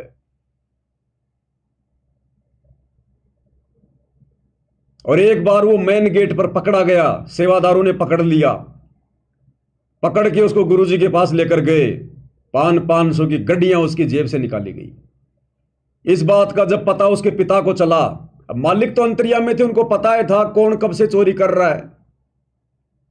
इस बात का पता जब उसके पिता बलजीत लहरी को चला तो शर्मिंदा होकर गुरुदेव के पास गया, कुछ पैसे लेकर, कुछ पैसे लेकर। तो गुरुदेव ने कहा कि ये क्या भाई? बोला जी वो लड़का, उसने थोड़ी गफलत। तो गुरुदेव ने कहा कि ये थोड़े से मुझे क्या दिखा रहा है? लाखों का हिसाब है, लाखों का। ये थोड़े बहुत क्या लेके आया है? लाखों का हिसाब है। और 2014 बरवाला कांड के बाद वो अनिल लहरी आश्रम से भाग निकला, भगोड़ा घोषित। बरवाला कांड में भगोड़ा घोषित, अभी तक नहीं पकड़ा गया, अभी भी उन मुकदमों में भगोड़ा घोषित है।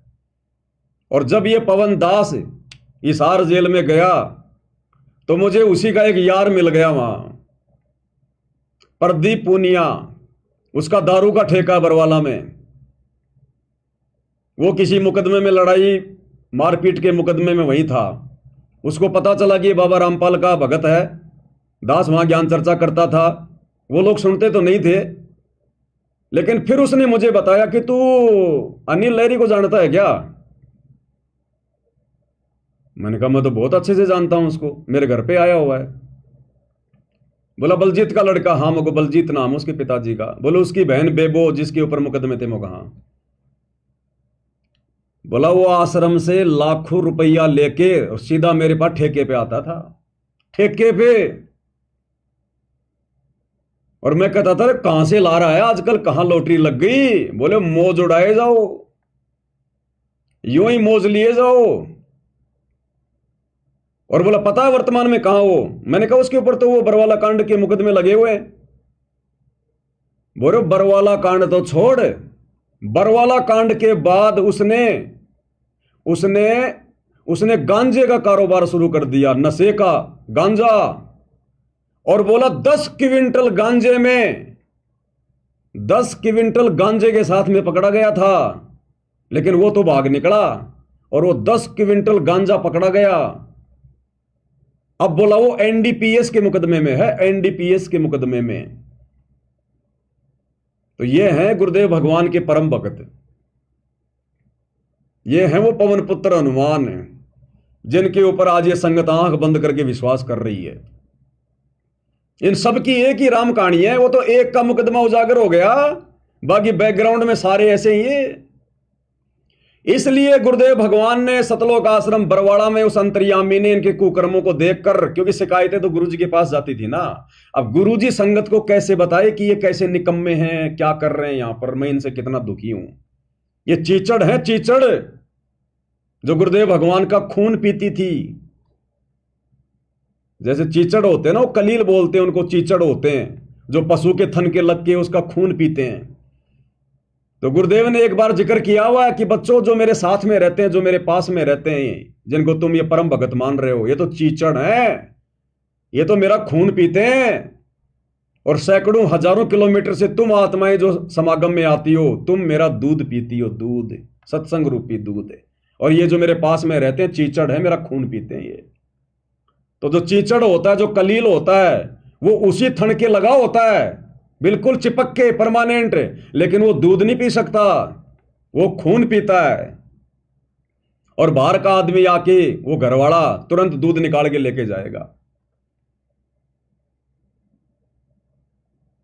तो गुरुदेव भगवान ने फिर सत्संग में जिक्र किया। अब सीधा सीधा थोड़ी कहेंगे मालिक, नाम लेके थोड़ी कहेंगे।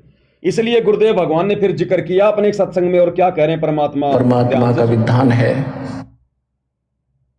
क्या कह रहे हैं? क्योंकि परमात्मा का विधान है, कहते हैं एक आप 1 रुपया दान करोगे, 1000 देता दाता आपको। जो दान आप यहाँ करते हो वो आपका नहीं, वो तो भगवान का हो गया, आपका नहीं रहा। उसके बदले में आपको तो 1000 मालिक ने उसी समय लिख दिया आपके अकाउंट में, लेकिन वो अकाउंट आपको दिखता कौन?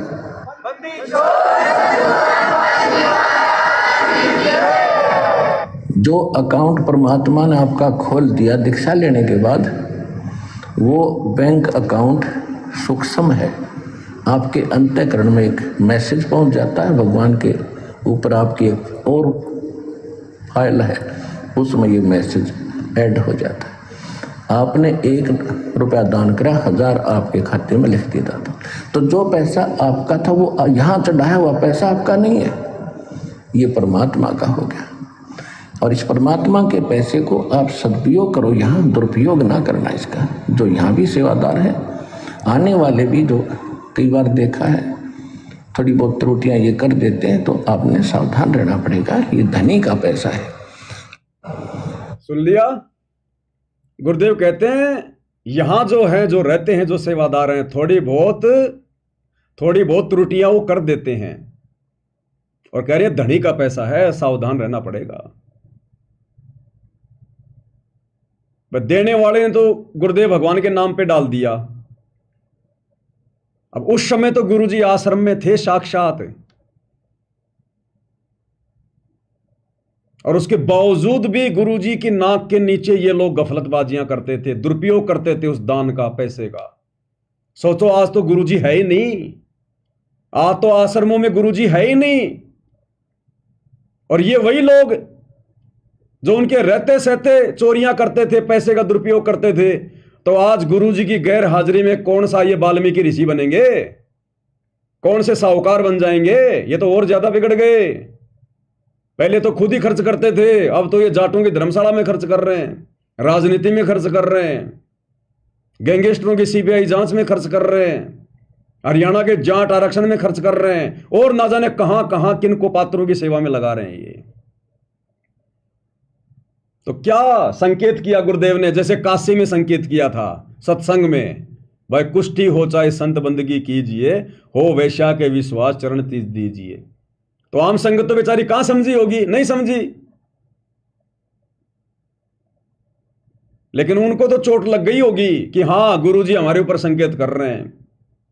लेकिन परमात्मा कहते हैं काल को जीव कहीं नहीं माने और कोट सुने जो ज्ञाना, कि जो काल प्रेरित आत्मा होती है ना, जिसको काल भगत बना के बैठाता है संगत में, कहते हैं काल का जीव कहीं नहीं माने, कोट सुने जो ज्ञाना, और जैसे लाख अग्नि में पिंगले और बिछुड़ते काट समाना। फिर मालिक कहते हैं कोटि वर्ष करो संगत संतों की, पत्थर का जल में क्या बीज है। पत्थर को चाहे लाखों और करोड़ों साल पानी के अंदर डाल के रखो, और जैसे ही बाहर निकालोगे आपस में रगड़ोगे चिंगारी, कुछ नहीं उसमें बदला। जबकि पानी में तो हर चीज जो है वो निर्मल हो जाती है, मुलायम हो जाती है, लेकिन पत्थर पे असर नहीं पड़ता। तो जो पत्थर जैसे भगत होते हैं वो संत के चरणों में, उनके आसपास, उसके सत्संग में चाहे लाख जन्म रहो, उन पे कोई असर नहीं पड़ता। तो ये वो पत्थर हैं, ये सतलोक आश्रम वाले, गुरुजी का परिवार, गुरुजी के बेटा बेटी, ये परम भगत, ये स्टेट कोऑर्डिनेटर, ये वो पत्थर हैं। जैसे सर्प चंदन लिपटाई, तन भया शीतल पर विष नहीं जाई। चंदन के पेड़ से लिपटकर सांप को शीतलता महसूस होती है, ऐसा लगता है बस इतने तो साधुपना धारण कर लिया, लेकिन जरा उस सांप को छू के देखो, तुरंत डंक मारने को तैयार होगा। तो जब तक वो काल का जीव भगत बनकर सतगुरु के सत्संग में रहता है, उनके चरणों में रहता है, तब तक तो एक नंबर का भगत दिखाई देता है। और जैसे ही संत से दूर हटता है फिर अपना असली रंग दिखाता है। तो आश्रम में तो ये सारे हमारे को भगत दिखाई देते थे, गुरुजी का परिवार और कोऑर्डिनेटर, और आज देख लो गुरुजी की गैर हाजिरी में ये क्या क्या ड्रामेबाजियां कर रहे हैं। साल में दो दो तो ये कबीर जी के प्रगट दिवस मनाते हैं। एक तो अभी 11 जून 2025 को बनाया आश्रमों में, और अभी 29 जून 2025 को हिसार जेल नंबर 2 के आगे धानक समाज की उस धर्मशाला में मना लिया। और दुनिया भर की आडंबर उनकी तो गिनती नहीं। तो गुरुदेव ने ऐसे ही बरवाला आश्रम में, अपने सत्संग में, क्योंकि वो ही कबीर भगवान है, इन्होंने संकेत किया जो लोग दान धर्म में त्रुटियां कर रहे थे, गलतियां कर रहे थे, भक्तों के दान का दुरुपयोग कर रहे थे, चोरियां कर रहे थे। एक बार फिर से सुन लो हल्का सा गुरुदेव क्या कह रहे हैं। परमात्मा का हो गया, और इस परमात्मा के पैसे को आप सदुपयोग करो, यहाँ दुरुपयोग ना करना इसका। जो यहाँ भी सेवादार है, आने वाले भी जो कई बार देखा है थोड़ी बहुत त्रुटियां ये कर देते हैं, तो आपने सावधान रहना पड़ेगा। ये धनी का पैसा है, आपको तो दे दिया मालिक ने उसी समय, ये नहीं रखता अपने पास। ये तो पूर्ण परमात्मा है। कहते हैं चारों युगों में देख लो हमने किसका रक्षा मारे। द्रौपदी ने एक बिलांत का कपड़ा दिया था, 9 इंच ढेर लगा दिया उसका। एक बिलांत सुदामा ने 4 चावल फुकवाए थे, महल बना दिया। तैमूरलंग ने 1 रोटी दी थी, उसको 7 पीढ़ी का राज बख्श दिया। तो कहते चारों युगों में देख ले हमने किसका रक्षा मार, हमने किसका लेकर ना दिया हो मारना, यानी कोई पैसा लेकर ना देने के उसने पैसा मार लिया मेरा। तो परमात्मा कहते चारों युगों में देख ले हमने किसका रक्षा मार, हमने किसी का पैसा रखा नहीं। इसलिए भाई और बहनों, परमात्मा ने साध संगतियां शुरू करवाई है, क्योंकि मालिक ने देख लिया कि मेरे आसपास रहने वाले, मेरे साथ साथ रहने वाले, मेरे परिवार वाले, ये काल के जीव हैं। जैसे काल ने उस कमाल को भेज दिया था परमात्मा के पास में, उसका मुंह बोला बेटा बना के, और अंत में उसी ने परमात्मा की संगत को तोड़ा, अंत में वही गुरुद्रोही घोषित हुआ। तो आज क्या काल कोई कसर छोड़ेगा क्या? अपना दाव तो पूरा खेलेगा ना। अब उसके दाव को समझने के लिए तो गुरुदेव ने हमें तत्व ज्ञान दिया है। नहीं समझ पा रहे थे तो गुरुजी ने साध संगतियां शुरू करवा दी, साध संगतियां शुरू करवा दी। अब बताओ तुम कहाँ दान कर रहे हो वर्तमान में अपने गुरुजी की गैर हाजिरी में? ना तो तुम गुरुजी की वाणियों पे चल रहे, ना गुरुजी के सत्संगों पे चल रहे। सत्संग तो तुम सुनते ही नहीं, तुम्हें सुनने नहीं दिया जाता। सुनते हो तो कोई विचार नहीं किया जाता। इन आश्रमों में ना साध संगतियां होती ताकि आपस में एक दूसरे को कोई बातें समझा सके, ज्ञान समझा सके, कोई चर्चा हो सके। तुम्हें तो अपने बेटा बेटियों की रमेणी की बातों से वहां पे फुर्सत नहीं मिलती। आपस में गोत मिलाना, जातियां मिलानी, तुम्हें तो इससे फुर्सत नहीं मिलती। थोड़ा बहुत समय मिलता है तो सेल्फी वाल्फी ले लेते हो वहां पर जुलाई की झोपड़ी में जाके, जुलाओं के कुएं की, लहर तारा तालाब की, वो प्रदर्शनियां देखने में लगे रहते हो, वहां पर टाइम पास करते रहते हो। और थोड़ा बहुत समय मिला तो फिर तुम्हारे को हरियाणा रोडवेज की बसों में बैठा के फिर जयंती में ठोक देते हैं। घर पर तुम भक्ति करते ही नहीं। थोड़ा बहुत दिखावा करते हो भगत बनने का तो आश्रम में वो बैठे हैं ऊपर काल के विशेष एजेंट, वहां तुम्हें वो नहीं टिकने देते। घर पर तुम खुद नहीं टिकते तो गुरु क्या करे फिर बताओ? सतगुरु मिले तो क्या करे? अंदर वाद विवाद। सतगुरु केवल कह सकता है, रो सकता है, ज्ञान दे सकता है। समझना तो हमने पड़ेगा खुद ने, जानवर नहीं है। इसलिए परमेश्वर ने हम सत्सेवकों को बचा लिया इन कुपात्रों की कुसंगति से, वरना आज आप और हम भी गुरु की गैर हाजिरी में इन्हीं के हाथों में ज्योति पाठ और दान दे रहे होते। इन्हीं आश्रमों में जा जाके दान पेटियों में दान डाल रहे होते। और उस दान का सरेआम किस प्रकार से दुरुपयोग किया जा रहा है, गुरु जी की मर्यादाओं के विरुद्ध, सत्संगों के विरुद्ध, विधान के विरुद्ध। और इसीलिए संगत की दुर्गति हो रही है। घर घर में कहर टूट रहा है। घर घर में किसी का पहले नंबर आ गया, किसी का आने वाले समय में आ जाएगा, क्योंकि मर्यादाओं में तो कोई है ही नहीं। जब आश्रम वाले ही मर्यादाओं में नहीं है, जिनकी तुम कुसंगति कर रहे हो, तो तुम कैसे मर्यादाओं में रह सकते हो? इसलिए भाइयों और बहनों, ये विशेष संदेश है गुरु जी की। एक एक लाइन में एक एक घंटे का संदेश है, एक एक घंटे का संदेश।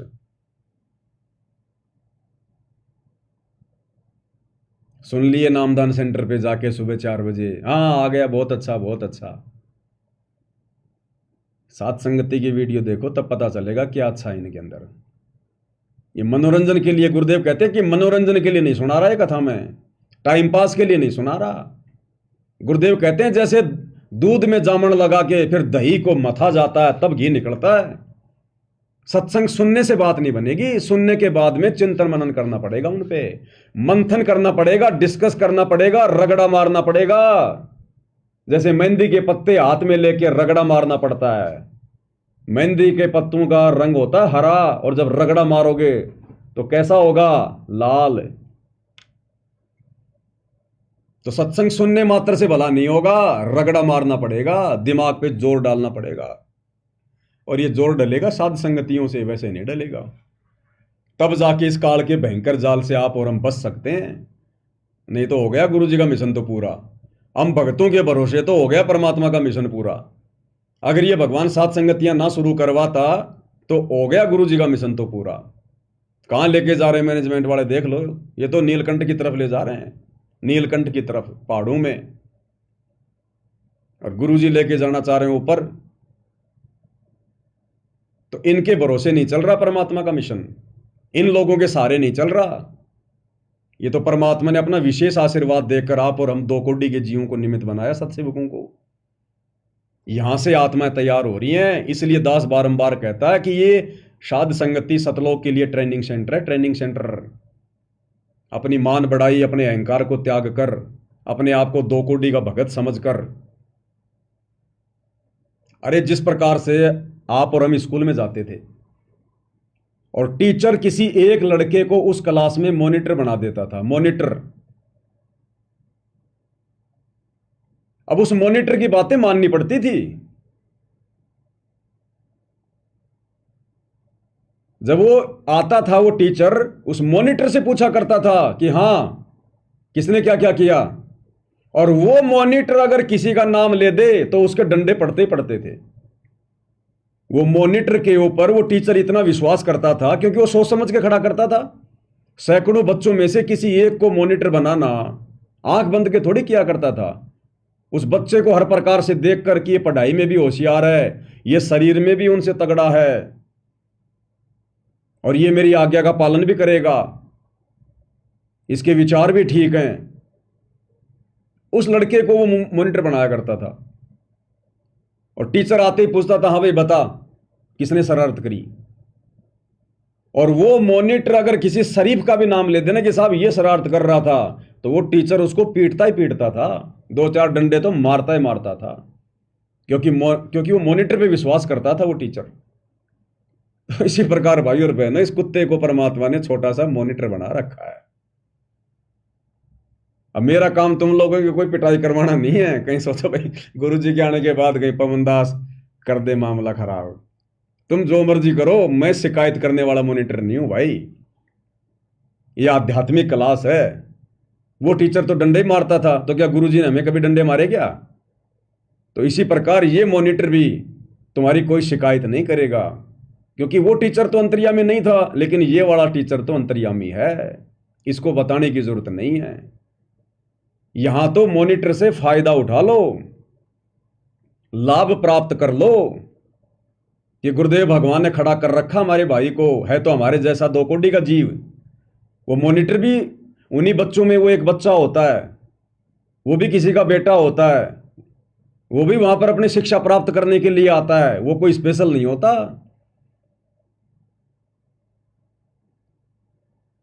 इसी प्रकार ये दास भी कोई स्पेशल नहीं है। आप ही में से 2 कोटि का जीव हूं, लेकिन भगवान ने सेवा दे रखी है, इसमें मेरा कोई श्रेय नहीं है। वो टीचर भी खुद ही मॉनिटर बनाया करता था, किसी के चापलूसी करने से नहीं बनाता था। तो गुरुदेव ने अपनी मर्जी से खड़ा किया, अपनी प्रेरणा से खड़ा किया। भाई ये तो मालिक है, जब ये अपना आशीर्वाद देकर झोटे से वेद मंत्र बुलवा सकता है, तो आप और हम तो फिर भी इंसान हैं।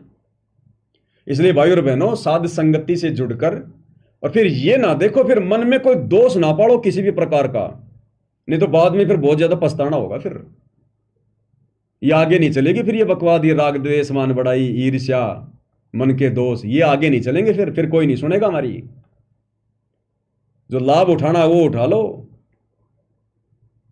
अरे रिश्तेदार आते हैं, उनसे 1-2 घंटे बात नहीं करते क्या आप लोग? कोई अड़ोसी पड़ोसी आ जाए, उससे बैठ के कोई चर्चा नहीं होती क्या? तो मैं तो तुम्हारा गुरु भाई हूं, चर्चा करूंगा तो अच्छी करूंगा, और रिश्तेदार तो फिर भी फालतू की बातें करेंगे। मैं तो कोई परमात्मा की चर्चा करूंगा, तो मेरे से चर्चा करने में तुम्हें दिक्कत क्यों, नफरत क्यों? और रिश्तेदारों की तुम सारी बातें सुनते हो, अपने गुरु भाई की सुनने में दिक्कत क्यों? क्योंकि काल का प्रेशर, काल नहीं चाहता ना कि सुन ले। वो रिश्तेदार तो काल के जाल में फंसाएंगे, लेकिन यहां ये वाला मॉनिटर तो काल के जाल से बाहर निकालेगा मालिक के आशीर्वाद से। इसलिए काल नहीं सुनने देता, मन में जबरदस्ती ऊटपटांग हरकतें पैदा करेगा, राग द्वेष करवाएगा कि ये अपने आप को कहता कि मेरे को गुरुजी ने खड़ा किया है। कब किया इसको गुरुजी ने खड़ा? क्या जरूरत पड़ गई गुरुजी को निमित्त बनाने की? अरे 650 साल पहले भगवान भी बोल देता संस्कृत में से लोग, फिर वो जोटे को निमित्त बनाने की क्या जरूरत पड़ गई थी भगवान ने? तो ये तो भगवान का काम है, वो किसको बनाएगा, क्यों बनाएगा, नहीं बनाएगा, कब तक बनाएगा, ये तो भगवान का काम है। जोटे ने थोड़ी कहा था कि मेरे को बनाओ निमित्त, मालिक ने हाथ रख दिया, बन गया। तो ये तो गुरुदेव की मर्जी है, वो मुझे खड़ा करता, किसी और को करता, किसी न किसी को तो करता ही। लेकिन काल भी तो पूरी कोशिश करेगा ना कि ये इसकी बातें ना सुने, मन में दोष पैदा कर लें। कईयों के तो मन में ये आ जाता कि यार ये अपने आप में ज्यादा शाना बन रहा है कि बस मेरे को ही ज्ञान है। मैंने तो कभी कही नहीं ये बात कि मेरे को ही ज्ञान है। हर बात बात पे वीडियो यही बनाता है, पुस्तकों पे भी वीडियो यही बना रहा है। यही हो गया कि अपने आप में कुछ ज्यादा। अरे मैं तो कुछ नहीं हूं मेरे भाई। मैं तो कितनी बार कहता हूं कि 2 कोटि का जीव हूं। मेरे बाप दादा 1 नंबर के दारूबाज थे, आज भी उनका नाम है। ऐसे शराबियों के घर में परमात्मा ने मुझे पैदा किया। सत्संग के कोई आसपास भी नहीं था, और ना मुझे पता था गुरुजी की शरण में आने से पहले कि कोई सत्संग भी होता है, कोई मोक्ष भी होता है, या कोई गुरु भी बनाना पड़ता है। आप जैसा ही 2 कोटि का जीव हूं, भगवान ने आशीर्वाद दे दिया। मुझे नहीं खड़ा करते तो आपको खड़ा करते, और आपके साथ भी फिर ऐसे खचातानी होती। तो ये सोचकर कि भैया अगर कुछ अच्छी बातें बता रहा है भगवान के बारे में, अगर तो ले लो, क्या दिक्कत है उसमें। लेकिन ये काल राग द्वेष करवाएगा, छोटी छोटी बातों पे मन मुटाव करवाएगा, तो ये उसका सूक्ष्म जाल है। अब अगर गुरुजी ने खड़ा किया है तो भाई देखो, कितना ही राग द्वेष कर लो, कितना ही कुछ कर लो, जब तक गुरुजी ने खड़ा किया है उतने समय तक तो भाई देखो कुछ कोई बिगाड़ नहीं सकता। इसलिए भाई और बहनों, इस काल के इस सूक्ष्म जाल को भी समझो। मेरे से द्वेष मत करो, मेरी शकल से, मेरी सूरत से राग द्वेष मत करो, मुझे उस दृष्टि से मत देखो, क्योंकि भगवान जिसको खड़ा कर देता है ना, उसके साथ वैर करना भी फिर मुसीबत का काम हो जाता है। अगर तुम्हें नहीं समझ में आ रहा है, ये पवन दास की बातें समझ में नहीं आ रही है, तो क्यों सुनते हो भाई? मत सुनो मेरे वीडियो, मत देखो। मैं जबरदस्ती तो तुम्हें सुनाता नहीं, मत देखो लाइव। अब तुम देखे बिना रह भी नहीं सकते, क्योंकि आत्मा भी तो है अंदर तुम्हारे। मन तो बकवाद करता है, लेकिन आत्मा तो चाहती है ना कि देख। तुम देखे बिना रह भी नहीं सकते और फिर बकवाद किए बिना भी नहीं रह सकते। इसका मतलब अभी मन हावी है तुम्हारे ऊपर, अभी आत्मा बेचारी अभी कमजोर है। आत्मा को आत्मा की खुराक खिलाओ ज्यादा। अरे मेरे से क्या नफरत करोगे? मैंने भी सतलोक जाना, गुरुजी आने के बाद मैं भी चुपचाप बैठ जाऊंगा। मैंने भी मेरी भक्ति करनी है। मैंने क्या करना है? मैंने कोई राष्ट्रपति बनना नहीं, प्रधानमंत्री बनना नहीं, मैंने कोई गुरु बनना नहीं, ये ज्ञान बांटकर मैंने कोई तत्वज्ञानी बनना नहीं। मैं भी अपनी भक्ति करके इस काललोक से अपना पीछा छुटवाऊंगा। ये थोड़े समय का खेल है, मालिक ने दया बख्शी है। कोई फायदा उठाया जाए तो उठा लो, और नहीं अच्छा लग रहा हो तो कोई दिक्कत नहीं है, आप अपने हिसाब से चलो। कोई जबरदस्ती का काम थोड़ी है फिर। लेकिन ये काल फिर जबरदस्ती करके कर्म फुड़वाता है। इसलिए भाई और बहनों, थोड़ा विचार करो इन बातों पे। ये बहुत परमात्मा की एक विशेष रजा और मेहर है वर्तमान में आप और हमारे ऊपर, जो हम साथ संगति से जुड़े हुए हैं। अब इस गंदे लोक में तो भगवान साक्षात सतलोक से चलकर ज्ञान दे रहा है। 20 साल 30 साल हो गई जब उनको नहीं छोड़ा भगवान, उसने काल ने, उनके साथ भी लोगों को धक्कम पेली में रखा, उनके साथ भी लोगों ने वाद विवाद किया, तर्क वितर्क किया, फालतू का बुरा भला कहा, और आज किस हाल में कहां बैठे हुए हैं। तो फिर आप और हमारे जैसे 2 कोटि के जीवों को कैसे कौन बख्शेगा? काल कैसे शांति से आगे बढ़ने देगा? तो जिनके समझ में आ गया वो तो भैया नीची गर्दन करके, और मेरी उन तमाम बातों को जो गुरुदेव भगवान सत्प्रेरणा करके बुलवाते हैं और जो गुरु जी के ज्ञान आधार से हैं, भैया सुन लो, सुनने में कोई दिक्कत नहीं है। सात संगति है, भगवान की चर्चा है, इसको गुरु महिमा कहते हैं। यह सतगुरु महिमा है। जितना सुनेंगे उतना ही हमारा भला है, उतना ही हमारा फायदा है। यहां कुछ मिलेगा आपको, नीचे गिराने वाली बातें नहीं मिलेंगी, यहां ऊपर आत्मा को ऊपर उठाने वाली बातें मिलेंगी। और बाद में फिर रोओगे, पछताओगे, कोई लेना देना नहीं है। मैं तो कुछ नहीं कहूंगा गुरुदेव को, लेकिन वो तो अंतर्यामी है, उनके कंप्यूटर में तो रोजाना सबका फैक्स जा रहा है, उसी हिसाब से फिर नंबर मिलेंगे। गुरुजी भी नहीं कहेंगे कुछ कि तूने गलती करी, तूने करी। ये पंचायत लेके नहीं बैठेगा भगवान अब आने के बाद। अरे ये सिरदर्दी तो आश्रम वाले रखते थे गुरुजी के 24 घंटे। गुरुजी उसकी शिकायत, उसकी एंट्री, उसकी नो एंट्री। अब भी क्या आगे गुरुदेव भगवान इसी प्रकार से पंचायतें लेके बैठेंगे क्या? तो परमात्मा कुछ नहीं कहेगा भाई। सतलोक में कितनों ने हाथ खड़ा किया था, लंबी लंबी लाइनें, सबके अलग अलग नाम, सबके अलग अलग कोडवर्ड। परमात्मा ने क्या कहा कि बच्चों, जिन जिन ने हाथ खड़े कर दिए ना, सबके नंबर मेरे कंप्यूटर में आ गए। अब मैं अपने हिसाब से भेजूंगा। तो ना तो पवन दास कुछ कहेगा किसी के बारे में, ना तो मैनेजमेंट के बारे में कि गुरुजी इन्होंने ये कर दिया, वो कर दिया। मैं गधा हूं, मैं मूर्ख हूं जो संतर्यामी भगवान को बताऊंगा जो उन्हें मालूम नहीं होगा। और ना भाई वो भगवान किसी के आगे अपना रोज ना रोएगा कि तुमने ये क्या किया, वो क्या किया।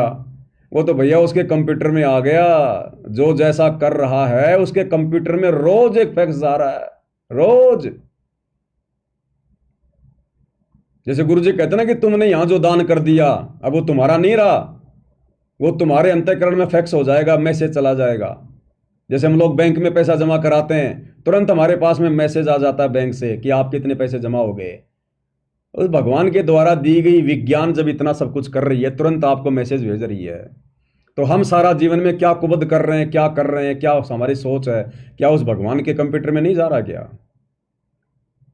वो पुराना सत्संग तो दास ने आपको सुनाया था 4-5 दिन पहले, जिसमें गुरुदेव कह रहे थे कि यहाँ से नाम लेके चले जाएंगे, फिर अपने आड़ोसी पड़ोसियों के दबाव में आ जाएंगे। ये तने माता नहीं दो कि तने वो गुग्गा नहीं पूजिया, वो फलाने का वो मर गया था, वो मर गया था। वो दबाव में आकर वो माता धोख लेती हैं और क्या सोचती हैं, महाराज जी ने के बेरा पाटेगा, गुरु जी ने के बेरा पाटेगा, माता भी धोख लेती हूँ। तो गुरु जी क्या बोले कि महाराज जी ने तुम्हारे अंतःकरण में एक सॉफ्टवेयर फिट कर रखा है। महाराज जी के पास तो रोज तुम्हारा फैक्स आ जाता है कि तुमने क्या क्या मर्यादा तोड़ी। तो वही तो महाराज है। तो सतगुरु रामपाल जी को तो भाई बताने की जरूरत नहीं है, वो तो एक लीला करते हैं पूछने की, बताने की, बेटा कहाँ से है, तेरा क्या नाम है, लीला करते हैं मालिक।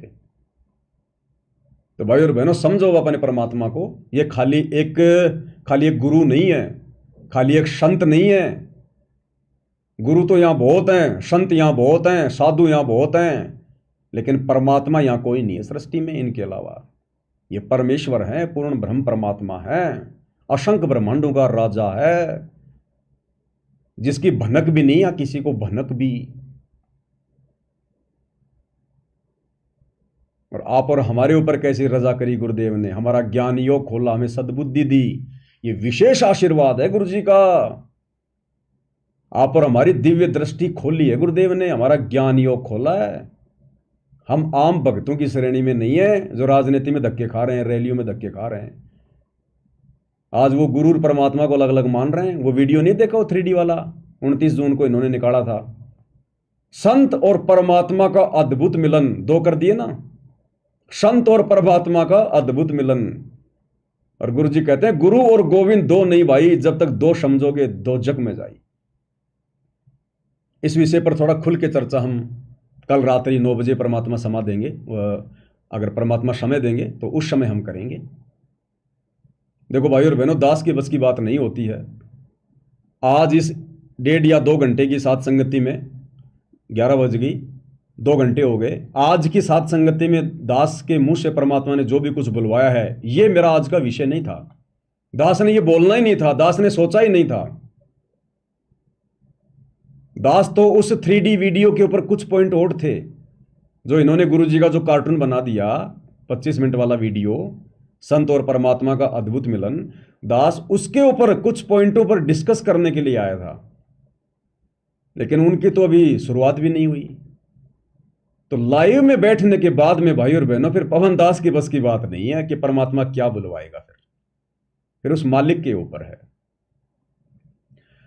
तो कल रात्रि 9 बजे गुरुदेव के आशीर्वाद से फिर से लाइव जुड़ेंगे। तब तक गुरुदेव भगवान हम सबको आशीर्वाद दे, आज्ञा दे, सद्बुद्धि दे, और इसी प्रकार से परमेश्वर हमें अपने सत मिशन से जोड़ कर रखे।